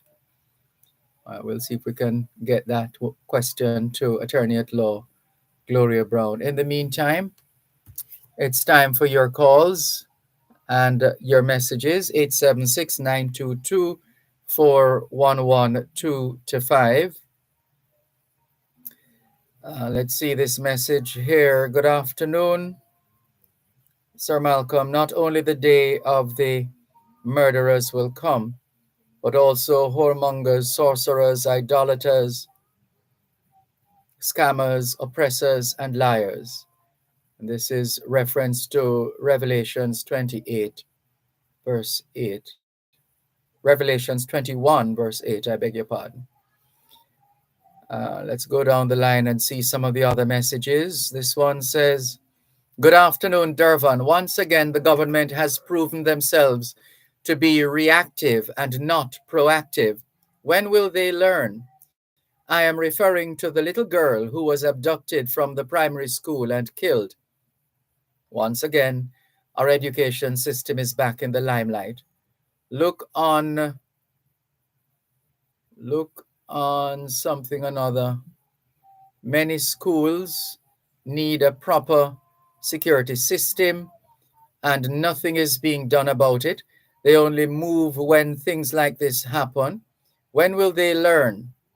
The excessive increases that they took recently, a portion of that could easily go to make a school safer every 6 months to a year. The governments of this country over time have not been thinking development of this country. They've only been thinking of developing their pockets. It's a shame on them. That's all they went into representational politics for. No doubt those targeted in this message would tell us otherwise, but so it is. James in East London sharing the usual collection of stories. And because I've been seeing so many of these stories, I'm getting a little nervous because I'm supposed to be in the UK in a couple of weeks or so. And I mean, it's just that we've never, on the face of it, we've never seen it this bad in terms of the frequency with which there are knifings in the UK and stabbings. Serious issue. Bath stabbing. It's a big story in the UK right now. 11 teenagers arrested after boy 16 stabbed to death, taking the total number held to 11. What a most unfortunate state of affairs. Jamaica Love says, bless up, teacher, condolences to the family of the 8-year-old girl. So sad. And sending up prayers as well. Also messaging us, the listener by the name Culinary Chef saying, good afternoon. How do I report a lost cell phone? My black Motorola Android phone doesn't use data chip or SIM card, was left in a taxi taken at the entrance of Strathmore Road, Winters Pen, heading to Spanish Town. Please leave the phone at Sunbeam Boys Home, Strathmore Housing Scheme, care of Miss Tomlinson or Spanish Town Police. Thank you. Well, we've read your message, culinary chef. Sorry to hear of this situation. We trust you will retrieve your cell phone. Calvin in North York, Ontario, Canada. Good afternoon to you as usual. Margaret Parchment says, hi, good morning. Can you help me congratulate Lacovia High School? Well, congratulations. Looks like they've done well in athletics. Congratulations. And she goes on to say, Mama Parchment is still going fairly strong, although 3 of her sisters died in a year, one just last week. Continue to do the great job. God bless you. Blessings to you too. Thank you for keeping us in the loop. Here's a call coming in from the UK. Hello, good afternoon. Thanks for calling. Hi, how are you doing? I am giving thanks for life, and you? I am dancing with life. Welcome. Good.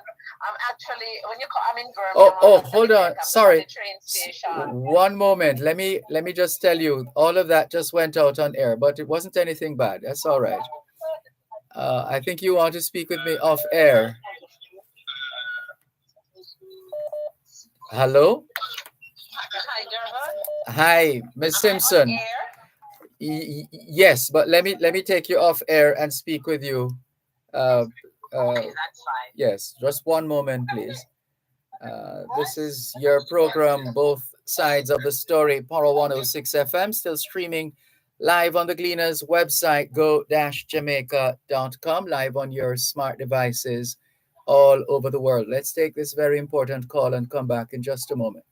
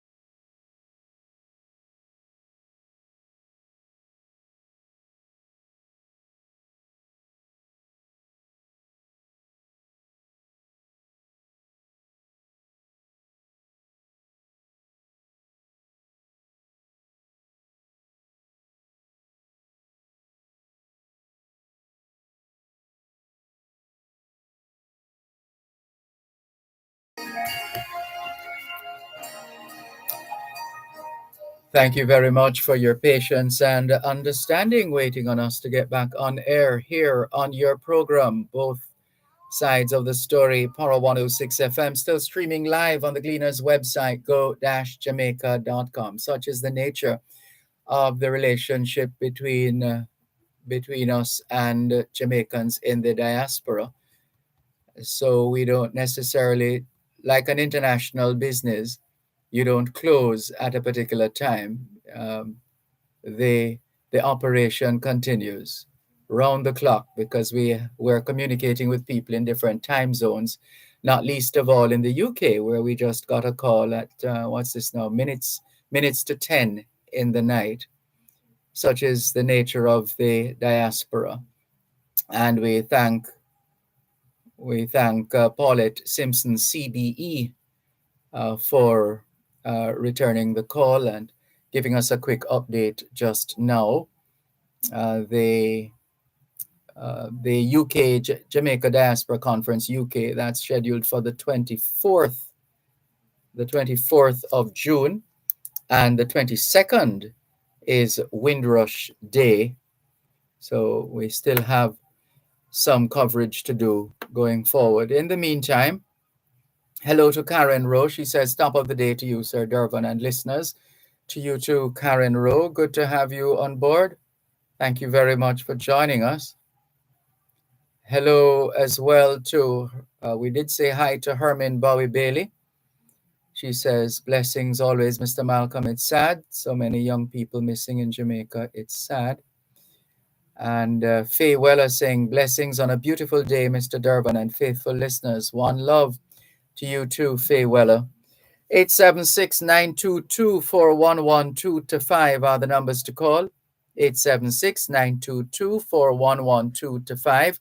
The text line is the same as the WhatsApp number, which means you can not only send us your text messages, your WhatsApp messages, your voice notes, but you can call us on WhatsApp as well. 876-365-3346. 876-365-3346. Hello to Valerie Rochester in Atlanta, Georgia. Good to have you on board. Thank you very much for tuning in. Franklin McDonald is in Guelph, Canada. He says, Dervan, a trivia reminder for tomorrow, as in today. He sent in this message yesterday. He says, for tomorrow's June 12, the anniversary of the Western Jamaica flood rains of 1979, which led a mountain of things to the creation of the Office of Disaster Preparedness. On June 12, 1970, 935 inches of rain were recorded. The actual rain was more than 35 inches because the rain gauge had to be emptied several times during the rainfall. A little annoying additional fact is that the rainfall between 2 p.m. and 8 p.m., or the rain fell between 2 p.m. and 8 p.m. In other words, most of that rain fell in under 6 hours. I'm sure many of your listeners will remember this room. I'm not sure that's the word you want. Maybe another typo. Will remember. I may wish to give you their own memories during our program this week. All right. Thank you, Mr. McDonald in Guelph, Canada, for your message. Hello to Roel Rula Brown. Good afternoon to you. Sorry to hear of your Facebook issues. Hope those matters are resolved or can be resolved sooner rather than later. Marie Torres in New York. Good afternoon to you. Good to see you. And someone has sent us, the link for Windrush event. All right, we'll follow up on that because it's still Windrush season. And let's go up the line here. Lee Robinson in London says, happy and good afternoon, Mr. Malcolm. Hope all is well with you and beautiful Jamaica. Are you coming to the Victoria Mutual meeting at Brixton this Friday? Lee from London, England. No, not this Friday. Well, this Friday, all things being well, we should be at the VMBS location, the VMBS office in Florida. That's what's up for this Friday. Perhaps we'll be connecting with the UK from Florida on Friday. Let's see. But all things being well, we are scheduled to be in the United Kingdom from the 25th of July to the 2nd of August. From the 25th of July to the 2nd of August. So who knows then? Lee from London, England. All things being well, let's hope we buck up, as we say in Jamaican parlance. When we get to the UK, life will, God's will, life spare. Rohan Johnson from Atlas Security Company says, big up to the Mount Pleasant FC football team for winning the 2023 Jamaica Premier League football competition for the first time. Coming from Rohan Johnson, Atlas Ocherius, clocking in, he says. Cuban in Georgia says, good afternoon. Oh, goodness, as usual, Cuban has a lot to say. Good afternoon, Sir Malcolm. How come the government can't catch the criminals who killing our children? And how come the government cannot root out extortion in Spanish Town, Kingston, and Montego Bay? I'm deeply concerned about the violence and killings of those innocent children in Jamaica, especially the young 8-year-old kid who was abducted and killed by the criminal gangs in Jamaica who feed and prey on the poor children and senior citizens for their extortion collection operations. Another message, another thread of that message. Sir Malcolm, as a government, how can you lease your ports for 60 years? That means the government has no intention to grow the economy, nor provide quality opportunities for the people of Jamaica. Your ports, your agriculture, and education were in serious trouble because the government has no answer as to how to help the people and the island, says Cuban in Georgia. The media and the opposition should call for a boycott of this government because whatever they are doing is not working and unacceptable. That's the word from Cuban in Georgia. Thank you very much for your message. Still taking your calls. Who is this now? Albert in Coconut Creek, Florida, where we hope to buck up on Friday, or well, on Thursday onwards, going into the weekend. He says, Dervan, one can't blame government alone for the misdoings of some. We, the people, must be the eyes and ears as we are part of government. Where did the rest of the message go?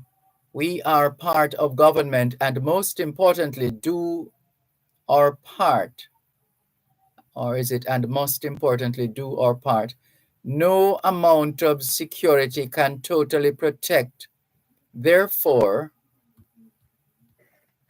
where is the rest of this message? Therefore, no amount of security can totally protect. Therefore, vigilance must be paramount. We have to destroy our deep-rooted culture of see and blind, hear and deaf. Only then we'll start to fix the problems we endure. Albert in Coconut Creek, Florida. Thank you very much for your message. Angelia Christian, founder of the Angel Foundation UKJA, has joined us. She says, good afternoon, good night, Angel Foundation UKJA, Angelia Foundation UKJA Afro Community Expo 2023, celebrating 12 years, Saturday the 29th of July, from 10 in the morning until 7 in the evening. And that is going to be in London, and we look forward to that. Thank you very much, Angel, for the reminder. And for those who would like more information, you can Google Angel Foundation UKJA Afro Community Expo 2023. And you can book your tickets as well. And we look forward to bringing to our listeners at home and abroad the happenings in London. Thank you very much. Continuing with more on your program, Both Sides of the Story, Power 106 FM, still streaming live on the Gleaners website, go-jamaica.com. Some key nuggets of history to share. On this day in 1706, the founder of Woolmer's, John Woolmer, became a naturalized citizen of Jamaica. Naturalization papers in the Jamaica archives in Spanish Town confirm that John Woolmer was alien-born and that he became a naturalized citizen of Jamaica on this day in 1706. Unfortunately, naturalization papers of that period do not mention countries of origin. John Woolmer's first language was therefore not English. John Woolmer was a wealthy Kingston goldsmith. He left £2,300 in his will to found a school in whatever parish he should happen to die. According to the words from his will, John Woolmer died in 1729, and the boys' school was founded. That's Woolmer's Boys, founded in Kingston, next to the parish church. That's where it started out. Obviously, it's no longer there. It's now at Heroes Circle, North Heroes Circle. And let's see. Also in his will, John Woolmer granted his slaves their freedom 109 years before emancipation. He left them all his clothes and furniture, and his favorite slave was left £10. He also left £50 for the poor people of Kingston. Little is now known of John Woolmer except that he was a goldsmith and had practiced his craft in Kingston for more than 20 years. It is possible that he was originally from Switzerland. We know that he was married in the St. Andrew Parish Church in July 1705, and that he died in Kingston on June 29, 1729. There were some delays in giving effect to Woolmer's will, but after many amendments and conferences between the House of Assembly and the Council, a law was passed, and the Woolmer's Trust, which would manage the affairs of the school, was established in 1736. At Wellington Dental, they offer cleaning, filling, whitening, and other services for the entire family. The time by Wellington Dental is 4 o'clock.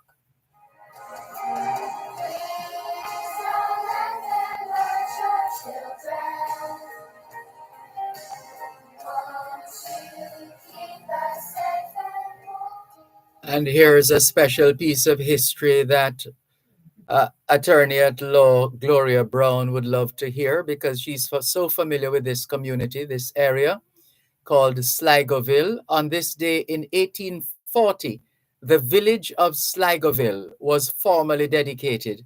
It was named after Lord Sligo in honor of his contribution to the process of emancipation. 2 days earlier, on June 10, 1835, 10 acres of land was purchased by the Baptist Church at Highgate in St. Catherine for sale to former slaves in quarter-acre lots for £3 per lot. The new village was named Sligoville after the governor of Jamaica, the second Marquis of Sligo, Howe Peter Brown, who was governor of Jamaica from 1834 to 1836 during the period of apprenticeship. This is where the slaves were forced to provide 40 and a half hours per week of free labor to their former masters for a period of years before they could achieve full free. Sligoville is the first free village to be established in the West Indies after the emancipation of the slaves. It was started by the Baptist minister at Spanish Town, the Reverend J. M. Filippo. I believe the J is for James, who bought the land in 1835. A church and a school were built there. 200 families were settled. The purchaser of the first lot of land in June 1838 was a man named Henry Lunan, who had been a slave and a head driver on an adjoining estate. The settlement was officially opened on this day in 1840. Sligo was seen as being in favor of the Negro, and as a result, his governorship was brief. The apprentices of Jamaica were to subscribe over $1,000 to provide a mark of gratitude to Sligo, and in 1837, he was presented on their behalf with a magnificent silver candelabrum for what they describe as his unrelenting efforts to alleviate their sufferings and to redress their wrongs during his just and enlightened administration of the government of the island. In January 1996, Sligo's descendant, the 11th Marquis of Sligo, and his wife visited Jamaica and attended a memorial service at Sligoville Church. Sligoville was also at one time the summer residence of the governor, who had a mansion at Winchester. This is your program, Both Sides of the Story, Power 106 FM, still streaming live on the Gleaners website, go-jamaica.com, live on your smart devices all over the world. Taking your calls on 876-922-4112-5, whatever is on your mind, please feel free to share. 876-922-4112-5. The text line, same as the WhatsApp number, which means you can not only send us your text messages, your WhatsApp messages, your voice notes, but you can call us via WhatsApp, 876 365 3346. 876 365 3346. Albert in Coconut Creek, Florida, or is he still in Jamaica? He says, Cuban in Georgia leasing. Well, this is Albert responding to Cuban in Georgia. So he says, Cuban in Georgia, leasing the ports doesn't prevent development. However, it helps in that with such lease, modernization of the port's infrastructure takes place at the cost of the lessor, and government gets its revenue from activities. Similarly, the toll roads, modern highways built, long-term benefits outweigh doing nothing, says Albert in Coconut Creek, Florida. Thank you very much for your message, Albert in Coconut Creek, Florida. Still taking your calls on 876-922-4112-5. 876-922-4112-5. Text line, same as the WhatsApp number, which means you can not only send us your text messages, your WhatsApp messages, your voice notes, but you can call us on WhatsApp as well, 876-365-3346. 876-365-3346. Couple of other nuggets of history for you here on your program, Both Sides of the Story, Power 106 FM. Sean has been trying desperately for weeks to reach us, except that his phone has been acting up, more than acting up. So let's see if he has managed to clear up that phone line of his, or that phone of his. Sean, good afternoon. Thanks for calling. Hello. Looks like he has not resolved the issues. Let's try again. Hello, Sean. Good afternoon. I'm here. You can hear me now? Hello. Hello, you hearing me now? Yes, that's much better. Go ahead, please. What's on your mind? All right. How are you doing? I am fine, thanks, but it sounds like water is washing away some of your words. We'll try. Try if you can do a little better, please. No, no, man. All just stay water. Who is getting support? So far, so good, but the sound is watery. Yeah. I'm security. I am curious, what kind of device are you using? Because it just has not been functioning properly. I am using the same device I'm using. No, something has gone terribly wrong with your device. Because they One time I fix the problem What's that? once I fix the problem, I will be in touch with you guys next time. Okay. All right, we'll listen out for you. Thanks for the call. Take care. This is your program, Both Sides of the Story, Power 106 FM, still streaming live on the Gleaners website, go-jamaica.com. Hello, good afternoon. Thanks for calling. Yeah, good afternoon, Mr. Malcolm. I know whenever I hear your voice, election is somewhere around the corner. Yeah, man, could be. Mm-hmm. But first of all, I would like to congratulate the pride and joy of St. Anne, Mount Pleasant football team for bringing glory to the parish. Yes. Because they exhibited true stamina, grit, and determination to turn back the vaunted Cavalier last night in Kingston. Mm-hmm. So the whole St. Anne is proud. Also proud of Coach Theodore Tapper Whitmore and the coaching staff. And Mr. Gold, the English man, the former football international, Mm-hmm. for his big investment that he has put into Mount Pleasant, which has begun to pay a dividend. Yes.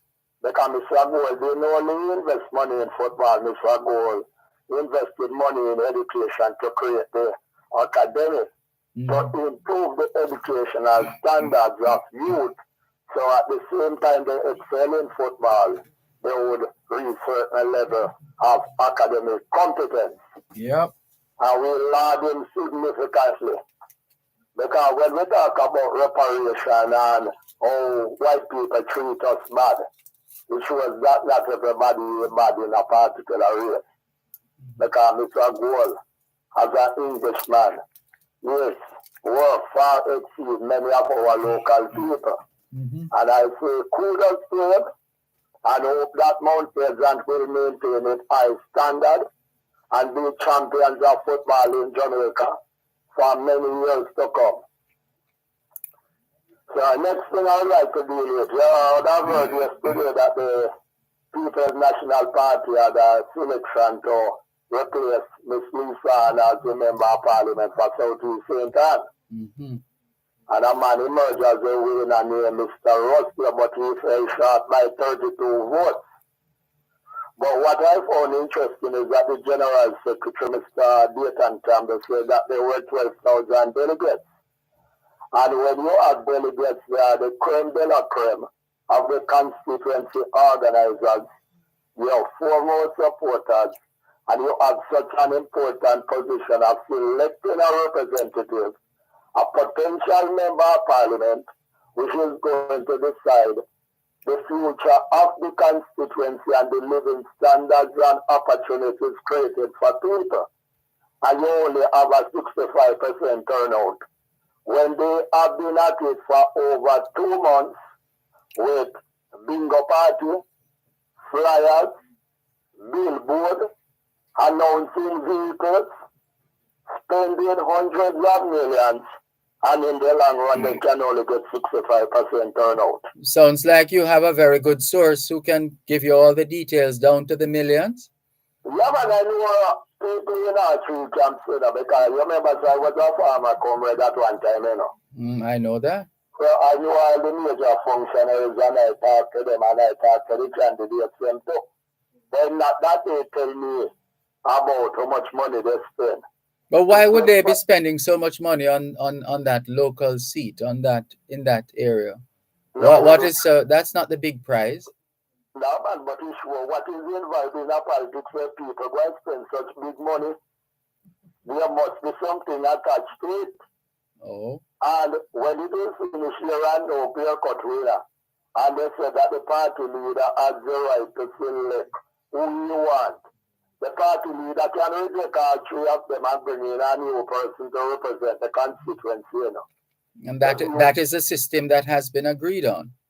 Yeah, man. Can you remember what that means when catching it, Dr. Dad? Is he still running?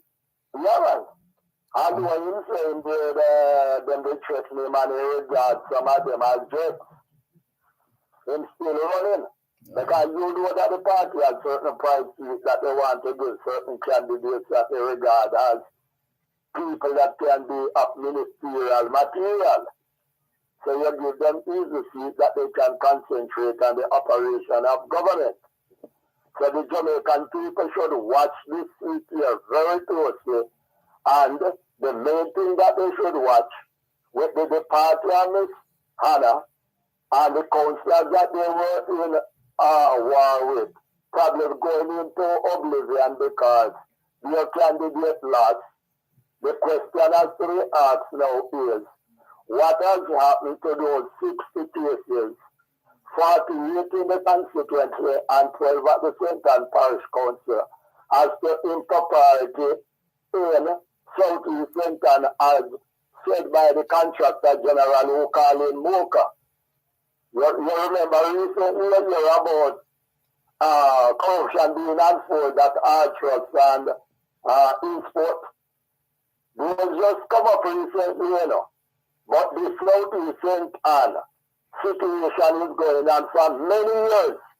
And I am calling upon Mocha to state what is your finding pertaining to those spaces in Southeast St. Ann, because taxpayers' money is involved and accusation of corruption. Because I know that at least 3 of the persons that were calling for the investigation by the contractor general has since died. And I can give you the names, but I'm not going to do that. And I am calling upon the Prime Minister as the Minister of Defense and the Minister of National Security, Dr. Chang, to urge Mocha to present the report. If you have not found anything to make anyone culpable, tell the country. And if you have found anything to incriminate anyone that could probably lead to prison or embarrassment, let the country know. Because the young people are looking on, and when they see certain things being put under the carpet, they are expected to emulate their elders. So you must lead by example and make disclosures irrespective of where the chip is going to lie. Jamaica is calling for the report into accusation of corruption in Southeast St. Ann. One moment, please. You're listening to Power 106 FM. The time is now 4:15. They say that she may die. Oh, will help the doctor stop the pain. I know that you could save her. ¿Qué hora es en español? Son las 4:16. Quelle heure est-il en français? Il est 4:16. 现在几点了？10点10分。16 minutes past the 4 o'clock in the afternoon here at Broadcast House, 32 Lyndhurst Road, Kingston 5, St. Andrew, Jamaica.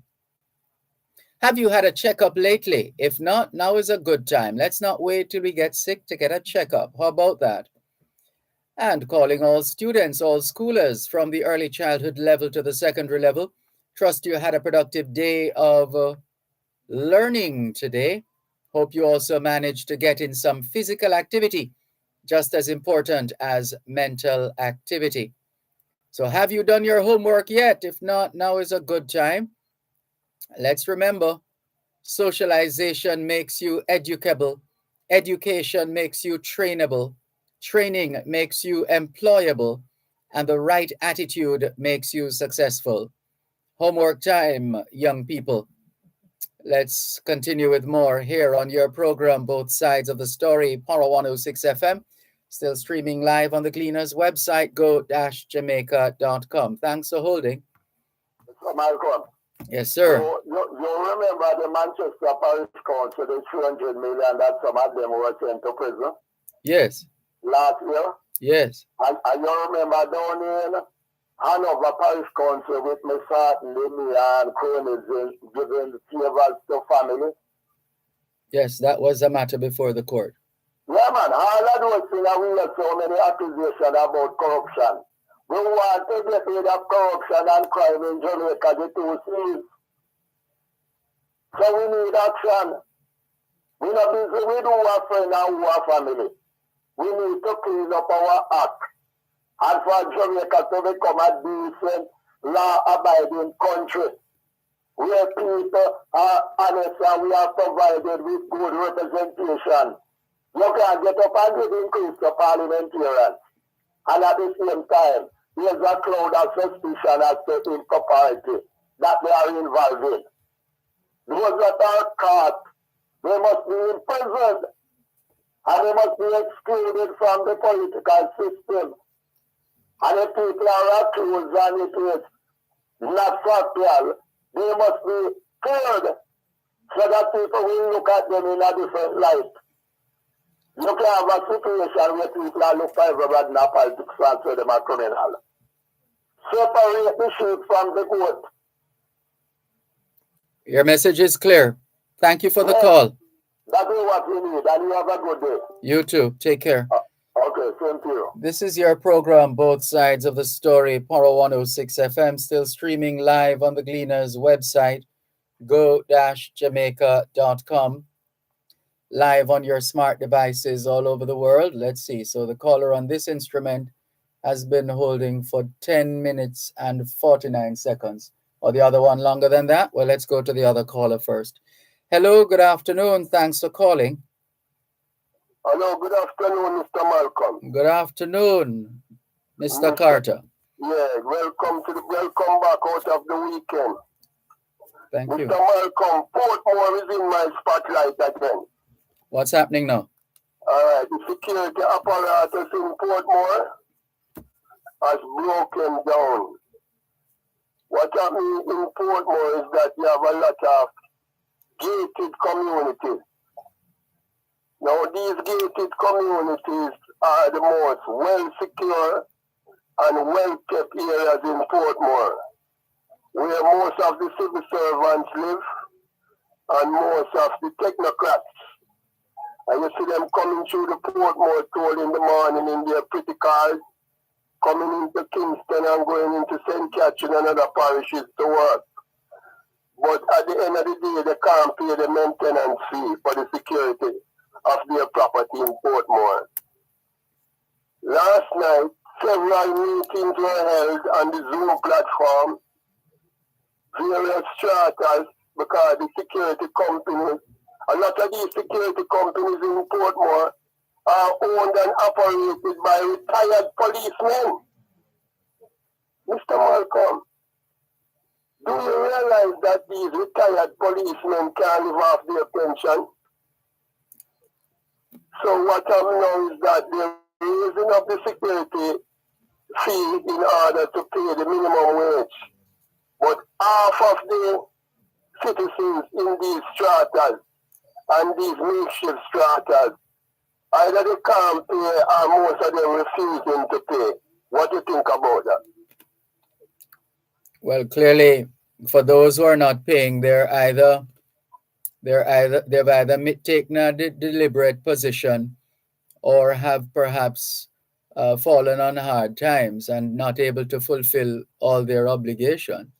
That yet through my professor, and I must tell you this, it means too that all the talk about the buoyancy of the economy and the implication of the salary increase for the civil servant and the trickle-down effect, Dr. Nigel Clark, the numbers not adding up because it's not trickling down.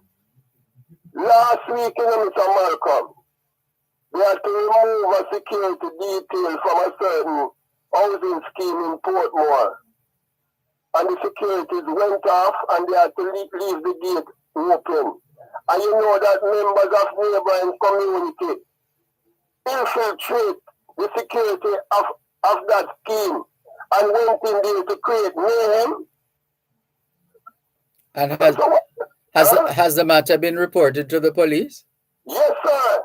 And they had to call back the security detail in the night, the same night, because the securities, they work right through the night, monitoring the security surveillance cameras that is situated all over the compound. And the criminals never come back. So you have people who is watching your house, watching when the security is not there, to strike. This is what we have become in Portmore, Mr. Malcolm. Well, whatever happened to the neighborhood watch programs? I tell you that last night we had some meeting on Zoom because the people not coming out together and sit face to face and talk again. You know. They're zooming in on each other because what happened in Portmore is like how me take my JUTC bus and walk go where I'm going, Mr. Malcolm. Mm. I can't talk to certain people who drive them big SUV and them Benz, you know. Why not? They think that they are more sophisticated than me. Who is me as a little walk-foot man to be talking to them with them big Benz? Is that them, you know? Is the Benz them, the status? That's how they live in Portmore, Mr. Malcolm. Yeah, well, if that's how they choose to live, so be it. Mr. Malcolm, we're talking some very high-profile community. That the money part, when it comes to money, I realize that in Portmore, most people love money more than people. Secondly, Mr. Malcolm, you see the retail outlets them in Portmore, they're raising up all of their prices in order to pay the minimum wage. So I am asking the Ministry of Commerce, who is on the ground to protect the average person who live hand-to-mouth, who have to depend on these retail outlets from gouging the prices in Portmore? The Consumer Affairs Commission has that responsibility. I don't see them on the ground in Portmore, Mr. Malcolm. Because there was a time when they would tell us what they would do, visit supermarkets, shops, and corner shops, and so on, and come back to us with a publication of the numbers in terms of the price difference across outlets. I'm not sure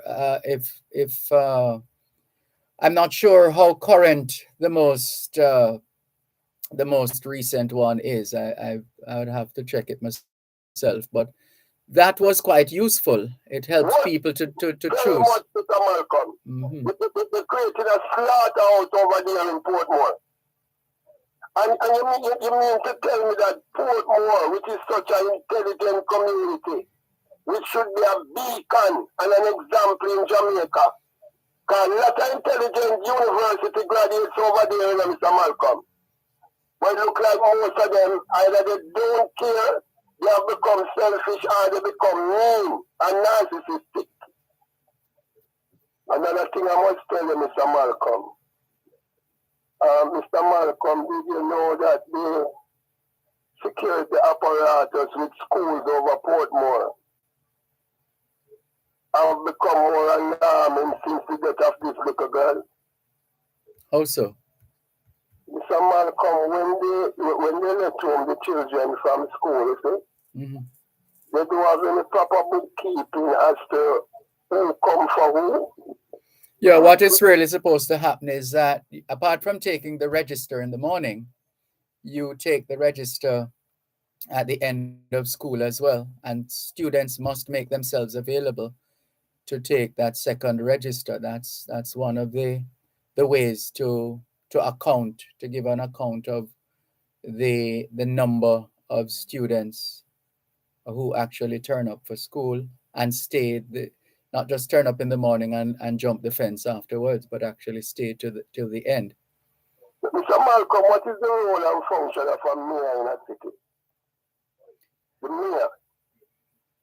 The mayor is essentially the superintendent, the manager of the city. It's like being given a city to manage. Yeah, but there's no proper management in Portmore.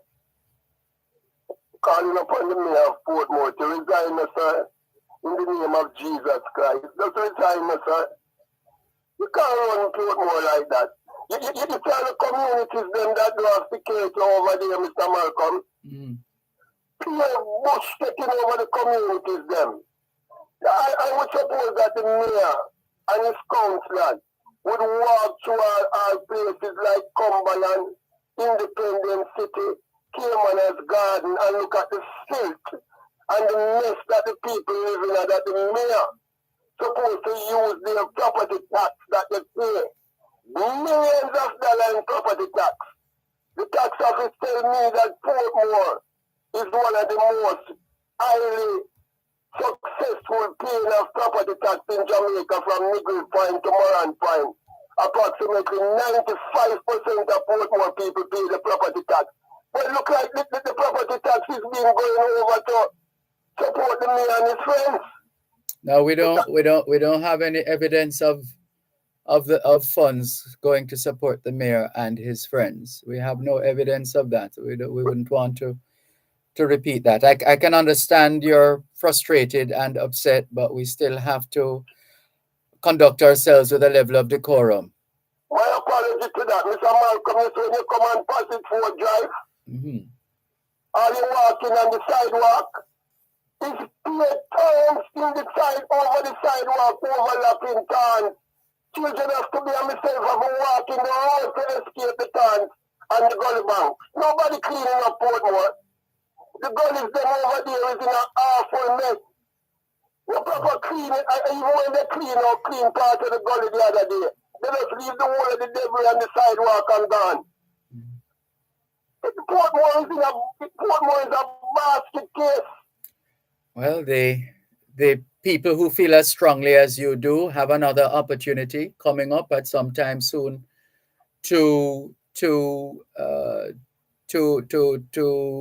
let the mayor and the councillors know exactly how you feel about the work or lack thereof that you have seen or not seen.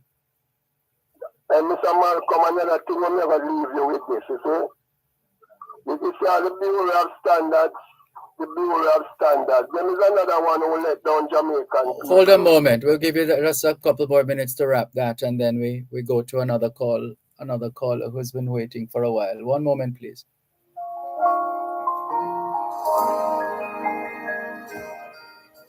You're listening to Power 106 FM. The time is now 4:30. Jesus, I don't understand why they took. Yes, Mr. Carter, to the Bureau of Standards, Jamaica. Market, Coronation Market. It needs to be examined. The foods down there are dirtier than before, Mr. Malcolm, especially the vegetables. The food down there in the Coronation Market, they're not clean. The Coronation Market needs sanitation. And both the Bureau of Standards and the media and the health inspectors need to declare a report on the Coronation Market. It is in a mess. We went down to the Coronation Market last weekend. I'm Mr. Malcolm, when you come home and you strip the lettuce. I clear dirt in the lettuce. But the food stuff not clean down there anymore. What is happening? My conclusion is, you see, when you have a nation where people love money more than people, the Bible was right. The love of money is the root of all the evil around here. Take care of your program, Mr. Malcolm. Thank you for the call. Take care. Yeah, and thank you for your clarity. You're welcome. Take care. Bye-bye. This is your program, Both Sides of the Story, Power 106 FM, still streaming live on the Gleaners website, go-jamaica.com. Cherry Henry says, good afternoon, Mr. Dervan and listeners. Can't get you on Power 106 from Friday. Yes, we've been having technical issues. Sorry to hear that. Sorry about that. Let's hope the engineers are on the job. Dr. Dunn is not in Skokie, Illinois today. She says, good afternoon, Sir Ambassador Malcolm. Listening from the picturesque northern coast of Jamaica. Blessings to you too, Dr. Dunn. Station is not working, says Cherry Henry, in reference to the technical issues we've been having. Paul Miles of the eponymous Paul Miles Foundation is also greeting us. Thank you very much for joining us, Paul.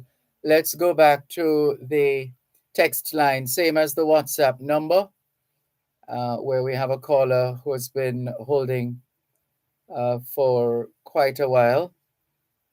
Let's go to the phone lines once again. Hello, good afternoon. Thanks for calling. All right, hold on a second. Just a moment. Let me see. Because someone else, one of our regular callers in Florida, is trying to call through at the same time. So that causes the audio to shrink or to go down, and not wanting to disconnect one to take the other. So we'll make an adjustment here. Let's try this again. Good afternoon. Thanks for calling. Good afternoon, Dervan. Good afternoon. How are you? I am fine, thanks. And you?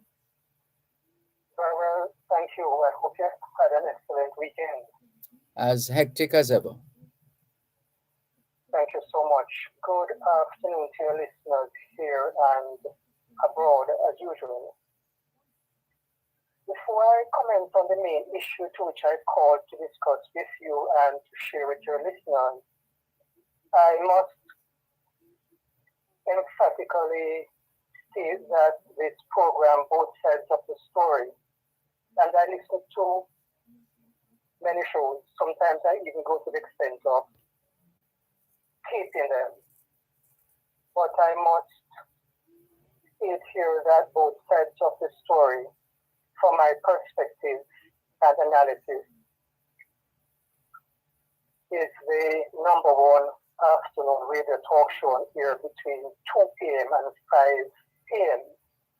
And the programs focus in part to many issues, but particularly to diaspora affairs, issues and information is important, praiseworthy, and commendable, and I think you're doing very well in this regard. Let me also commend prominent Jamaican American immigration attorney at law, Delia Walker Huntington, Esquire, on her immense accomplishments and achievements within the United States,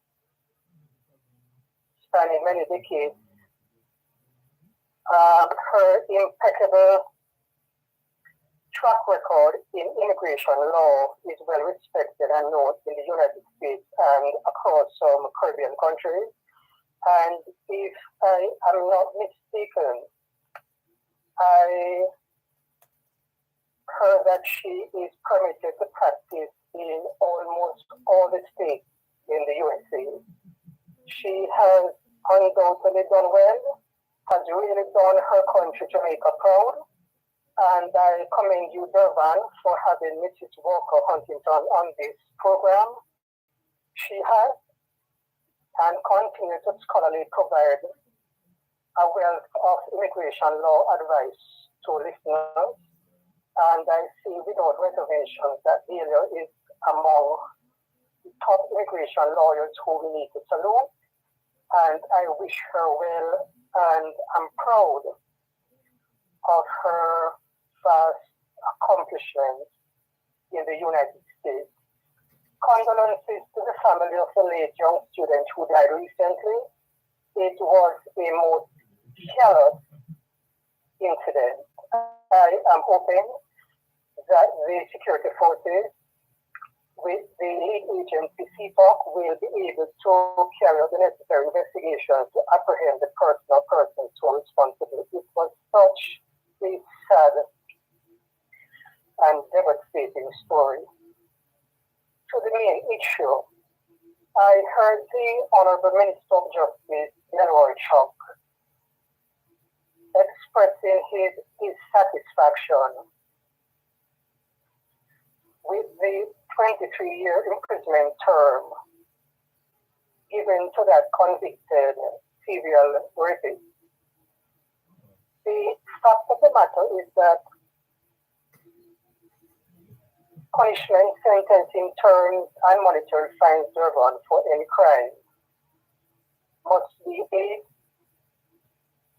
proportional to the crime, B, it must be subjective in that it contains and allow for a rehabilitative process. C, it must be a stern, firm, and major deterrent for any further crimes contemplated by the person that has been sentenced. D, it must be retributive in that the person found guilty in a court of law for any crime must be severely punished through the sentencing term that he or she received. In this case, the judge, broadly and widely speaking, would have listened somewhat to the public interest concerns regarding the crime, although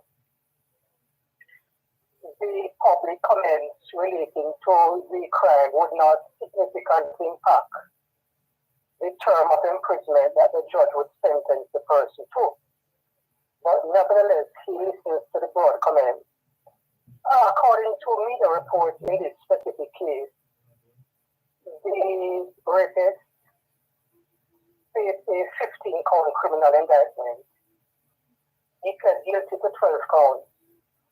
The prosecution decided not to pursue 3 counts. And the judge ruled, quite appropriately from my perspective, that the person, Mr. Brand, should serve 16 years before his case would go to a parole board for consideration. And when it goes to the parole board for consideration, it is not automatic that the person would be granted, would be allowed, would be free to go. He could serve the full 23 years. Now, with regards to the case that some persons have been commenting on, including Justice Minister Chuck, were found it quite strange that the Minister of Justice would be commenting on a case that has been adjudicated on in a court of law by a judge, because he has responsibility for the justice portfolio and the separation of powers between the executive, the legislature, and the judiciary. I agree. Well, he can comment all he wants and discuss all he wants, but he cannot instruct the judges. Do you think that the comment from Minister Chuck as the Justice Minister is appropriate? Well, my late mother would say, I know everything good for eat, good for talk. And we really, when we occupy certain positions, we're not free to just run up our mouth, so to speak, because our words have implications that go beyond just a fleeting moment of some wise comment or otherwise, wise in inverted commas. So those who occupy positions like Mr. Chuck naturally has a duty to be mindful of his expressions. When I take a look at the 89 page judicial sentencing guidelines from the Supreme Court website. And when I take a look at this specific case, Dervan, it would seem to me that the judge adhered closely to these sentencing guidelines. I agree with your colleagues, Simon Koskill and Watson Hyman, that Justice Minister Chuck's comments should not have been made public. I heard a prominent attorney at law stating recently that he's quite concerned that the government is moving on a trajectory to be wanting to more and more take away the broad discretion of judges in this country with the implementation of the minimum mandatory sentencing laws. Now, it would seem to me, Dervan, that in a democratic country like Jamaica, the government should allow the judges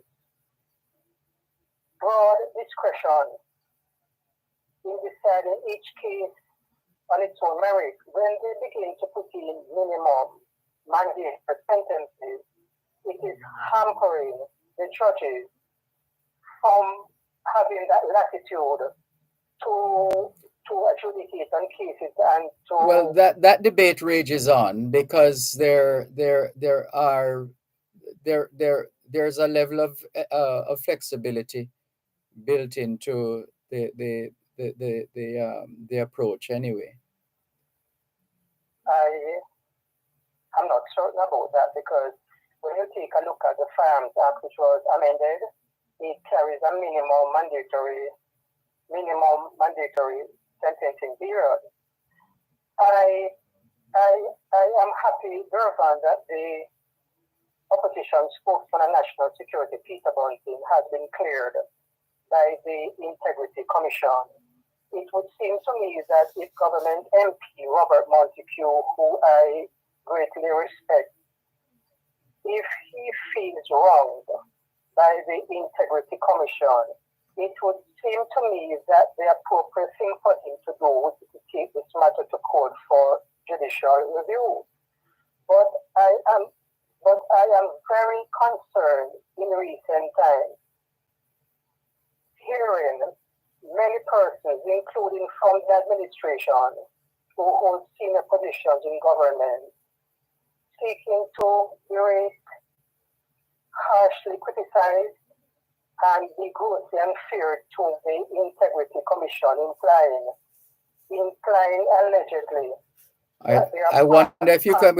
I'll allow you just to wrap when we come back, because you've been on a while now. One moment, please. Thank you. You're listening to Power 106 FM. The time is now 4:45.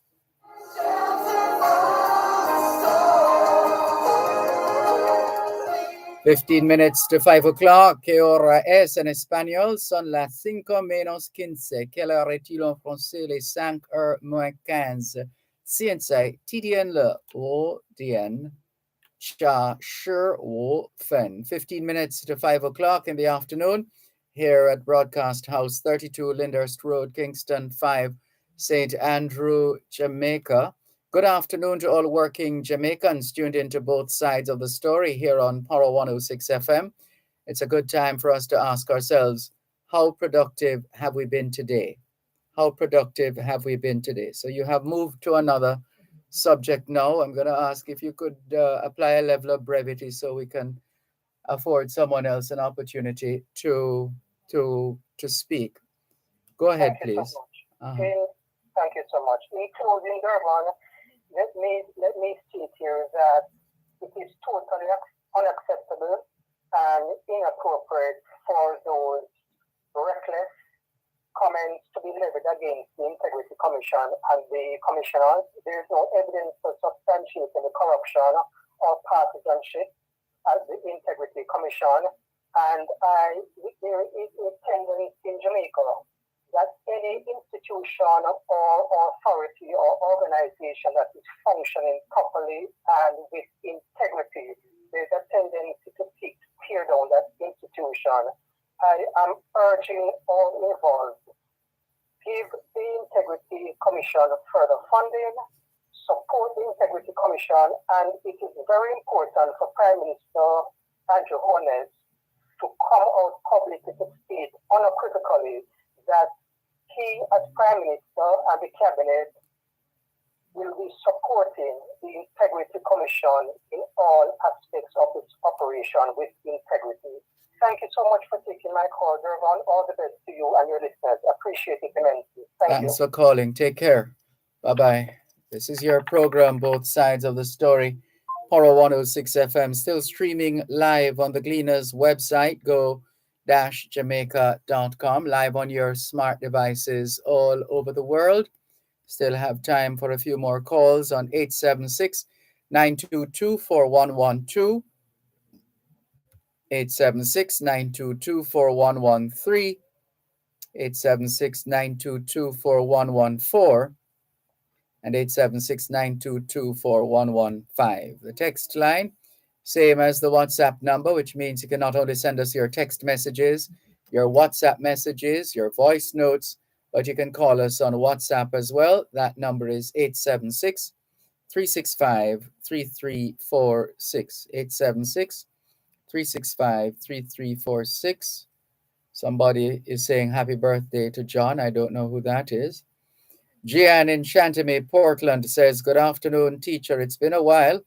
I'm here giving thanks for another day. Good to hear from you, Gian in Chantilly, Portland.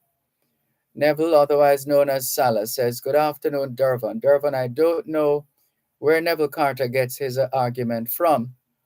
I stopped at the Coronation Market I shop at the Coronation Market from The Devil Was a Boy.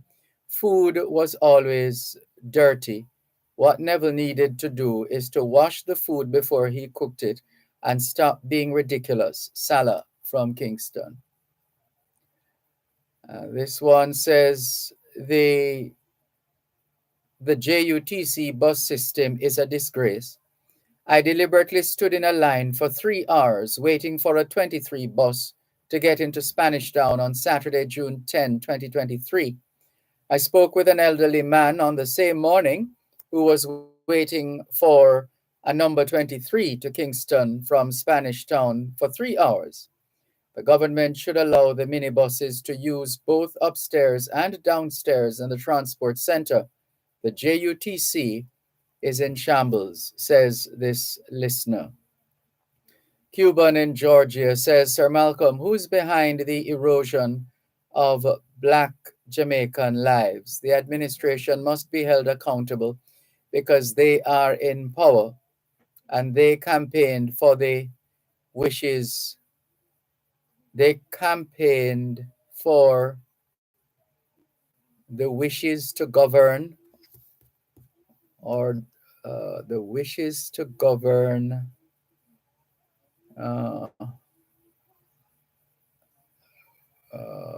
I'm just trying to make sense of a portion of this message. This administration must be held accountable because they are in power and they campaign for the wishes to govern. But it seems the administration has no intention to govern, but instead they gave up on governing because they're not running the affairs of the people correctly.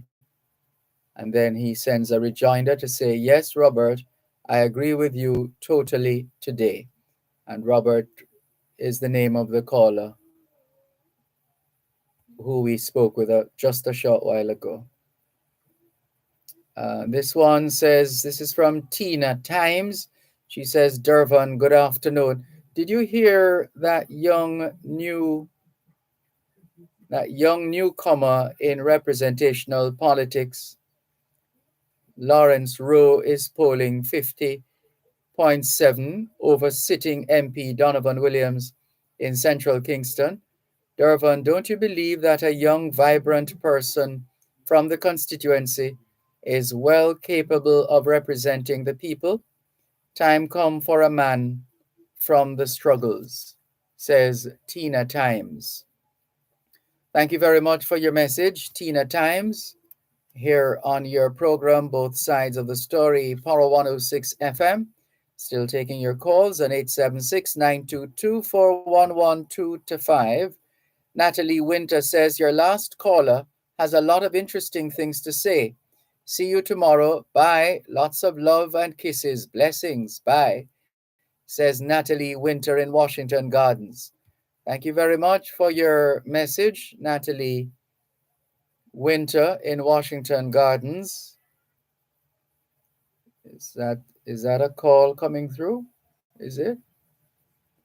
Ricardo in Glengoff, St. Catherine says, Dervan, safe journey back home from Ricardo Porteous. Thank you very much. Another one, good afternoon.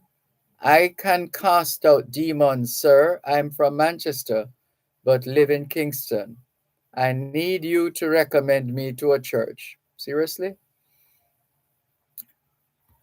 If you are who you say you are, then you should be able to do what you say you can do without any assistance. Thank you very much for your message. All the very best. Your program, Both Sides of the Story, Power 106 FM, still streaming live on the Gleaners website, go-jamaica.com, live on your smart devices all over the world. Taking your calls on 876-922-4112-5, 876-922-4112-5. And here we go again, back to the border, the southern border of the United States of America. U.S. halts online asylum appointments at Texas crossing after extortion warnings. The Biden administration has stopped taking mobile app appointments to admit asylum seekers at a Texas border crossing that connects to a notoriously dangerous Mexican city after advocates warned United States authorities that migrants were being targeted in the area for extortion. U.S. Customs and Border Protection gave no explanation for its decision to stop scheduling new appointments via the CBP One app for the crossing in Laredo, Texas. Several asylum seekers told the Associated Press that Mexican officials in Nuevo Laredo, across the border from Laredo, Texas, had threatened to hold them and make them miss their scheduled asylum appointments unless they paid them. Humanitarian groups in Laredo say they had recently warned the CBP of the problems and that certain groups were controlling access to the international crossing on the Mexican side.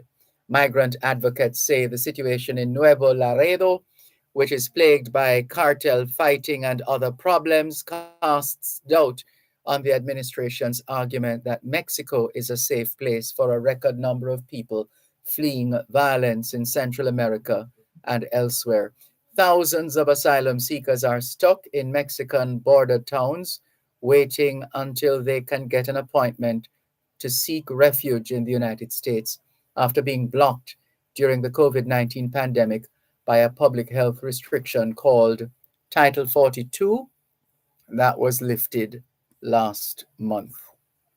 You can listen out for more in the major news coming up at 5 o'clock this afternoon here on your program, Both Sides of the Story, Power 106 FM. Can we thank you once again for the privilege of serving you on yet another edition of your program, Both Sides of the Story, here on Power 106 FM. The moving finger writes, and having writ moves on, nor all your piety nor wit shall lure it back to cancel half a line, nor all your tears wash out a word of it. All things being well, Both Sides of the Story returns tomorrow afternoon, 2 to 5. Till then, this is Dervan Malcolm reminding all of us that every day is an opportunity to do better than yesterday. Take care.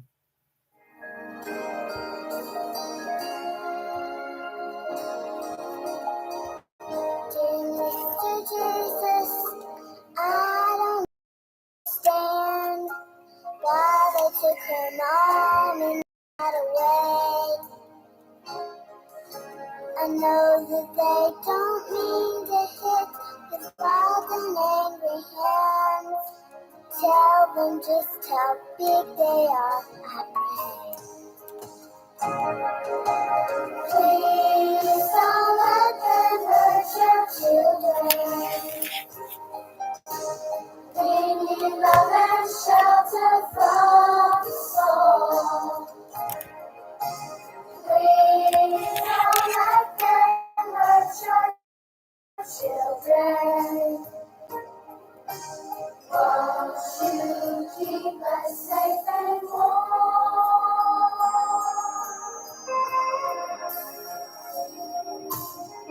Dear Mr. Jesus, they say that she may die. Oh, I hope the doctors stop the pain. I know that you could take her and take her up to the sky, where she will never have to worry. Please don't let them hurt your children. We need love and shelter from the storm. Please don't let them hurt your children. Won't you keep us safe and warm? Dear Mr. Jesus, please tell me what to do. And please don't tell my daddy that my mommy hits me too. Please don't let them hurt your children. We need love and shelter from the storm. Please don't let them hurt your children. Won't you keep us safe and please don't let them hurt your children. They need love and shelter from the storm. Please don't let them hurt your children. Won't you keep us safe and warm?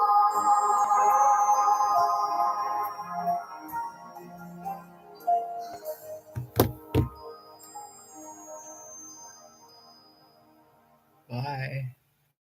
You're listening to Power 106 FM. The time is now 5 o'clock. News, comprehensive, powerful, and credible. Power 106 FM now presents a simulcast of Radio Jamaica's news.